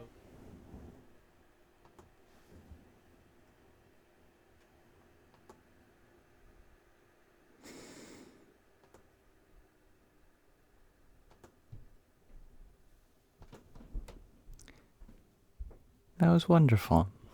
I love that. That was the first time seeing that. It just came out today. Thank you for sending that, Sky Guardian. I love that. And I definitely touched a sweet spot within me. It's lovely to see such a pure side of Swamiji that I had not seen before. It's beautiful.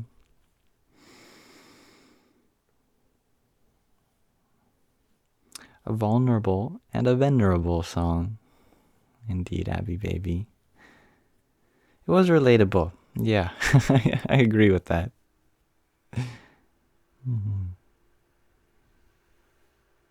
Very real. Indeed, Don. It's from Swami Taratmananda of the Arsha Bodha Center in New Jersey. He's an American Swami. You want my cover now? This is John Simon. That'd be fun. I tell you what, if I can get the instrumental, I'll make a cover. That's your homework, Sky Guardian. Get the instrumental without sending any emails. This is your heist. You have to go in with a USB stick. You break into the servers, hack into the database, and steal the instrumental. And then we'll make a cover.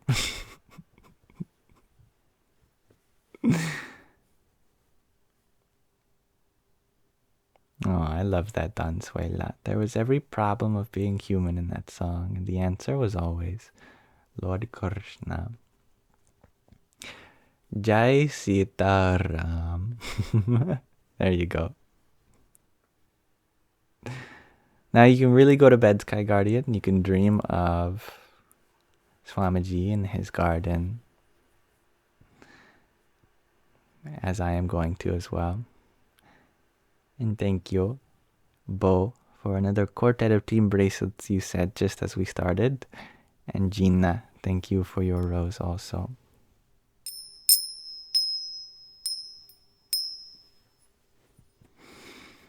Thank you everyone for being here. We're at the end of today's live stream, but I'll be back tomorrow unless something comes up, but I don't plan on anything coming up.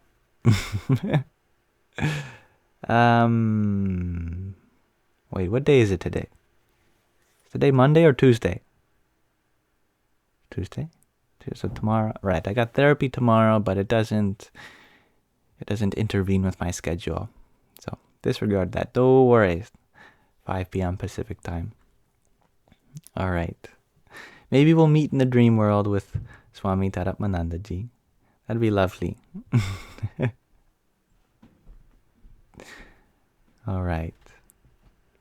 May you all have a wonderful rest of your day. Whether it's your afternoon, your evening, your night, or your morning. As always, I will be uploading the recording of this live stream to my Yamsox Lives YouTube channel. It's linked in my link tree in my bio in case you wanted to get more out of this. And Sky Guardian has volunteered to clip out some sections, so There's a lot of playlists dedicated to fun sections, so it's more than just an archive channel. And over many months, I've written this program that makes the description and the title useful to find. Like, there's all these chapters and titles for each chapter with a timestamp for everything that we discuss, down to the minute, so you can really find exactly when something was going on. Thank you, Isabella, for another rose. And Bo, you ask real quick, what book should you read?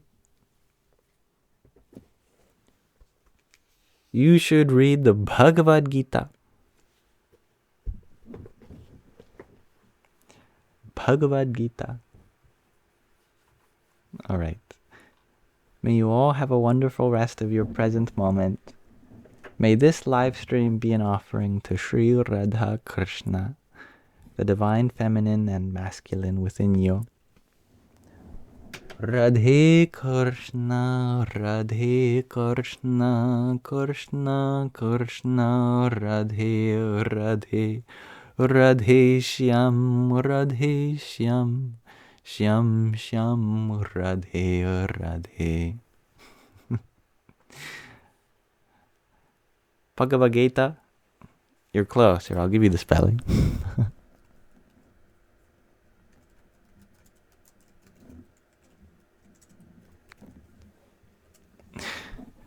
I think that's right. Bhagavad Gita. Thank you, Aquarius lady, for your tiny. Wait for it.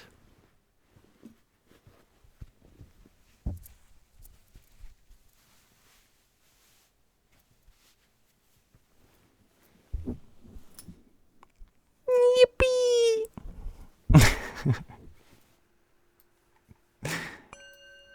Thank you. Suz Namaste for your quartet of finger hearts. Take care, everyone. Drink water, drop your shoulders, breathe consciously. You'll make it through this moment. You always do. Bye. Namaste.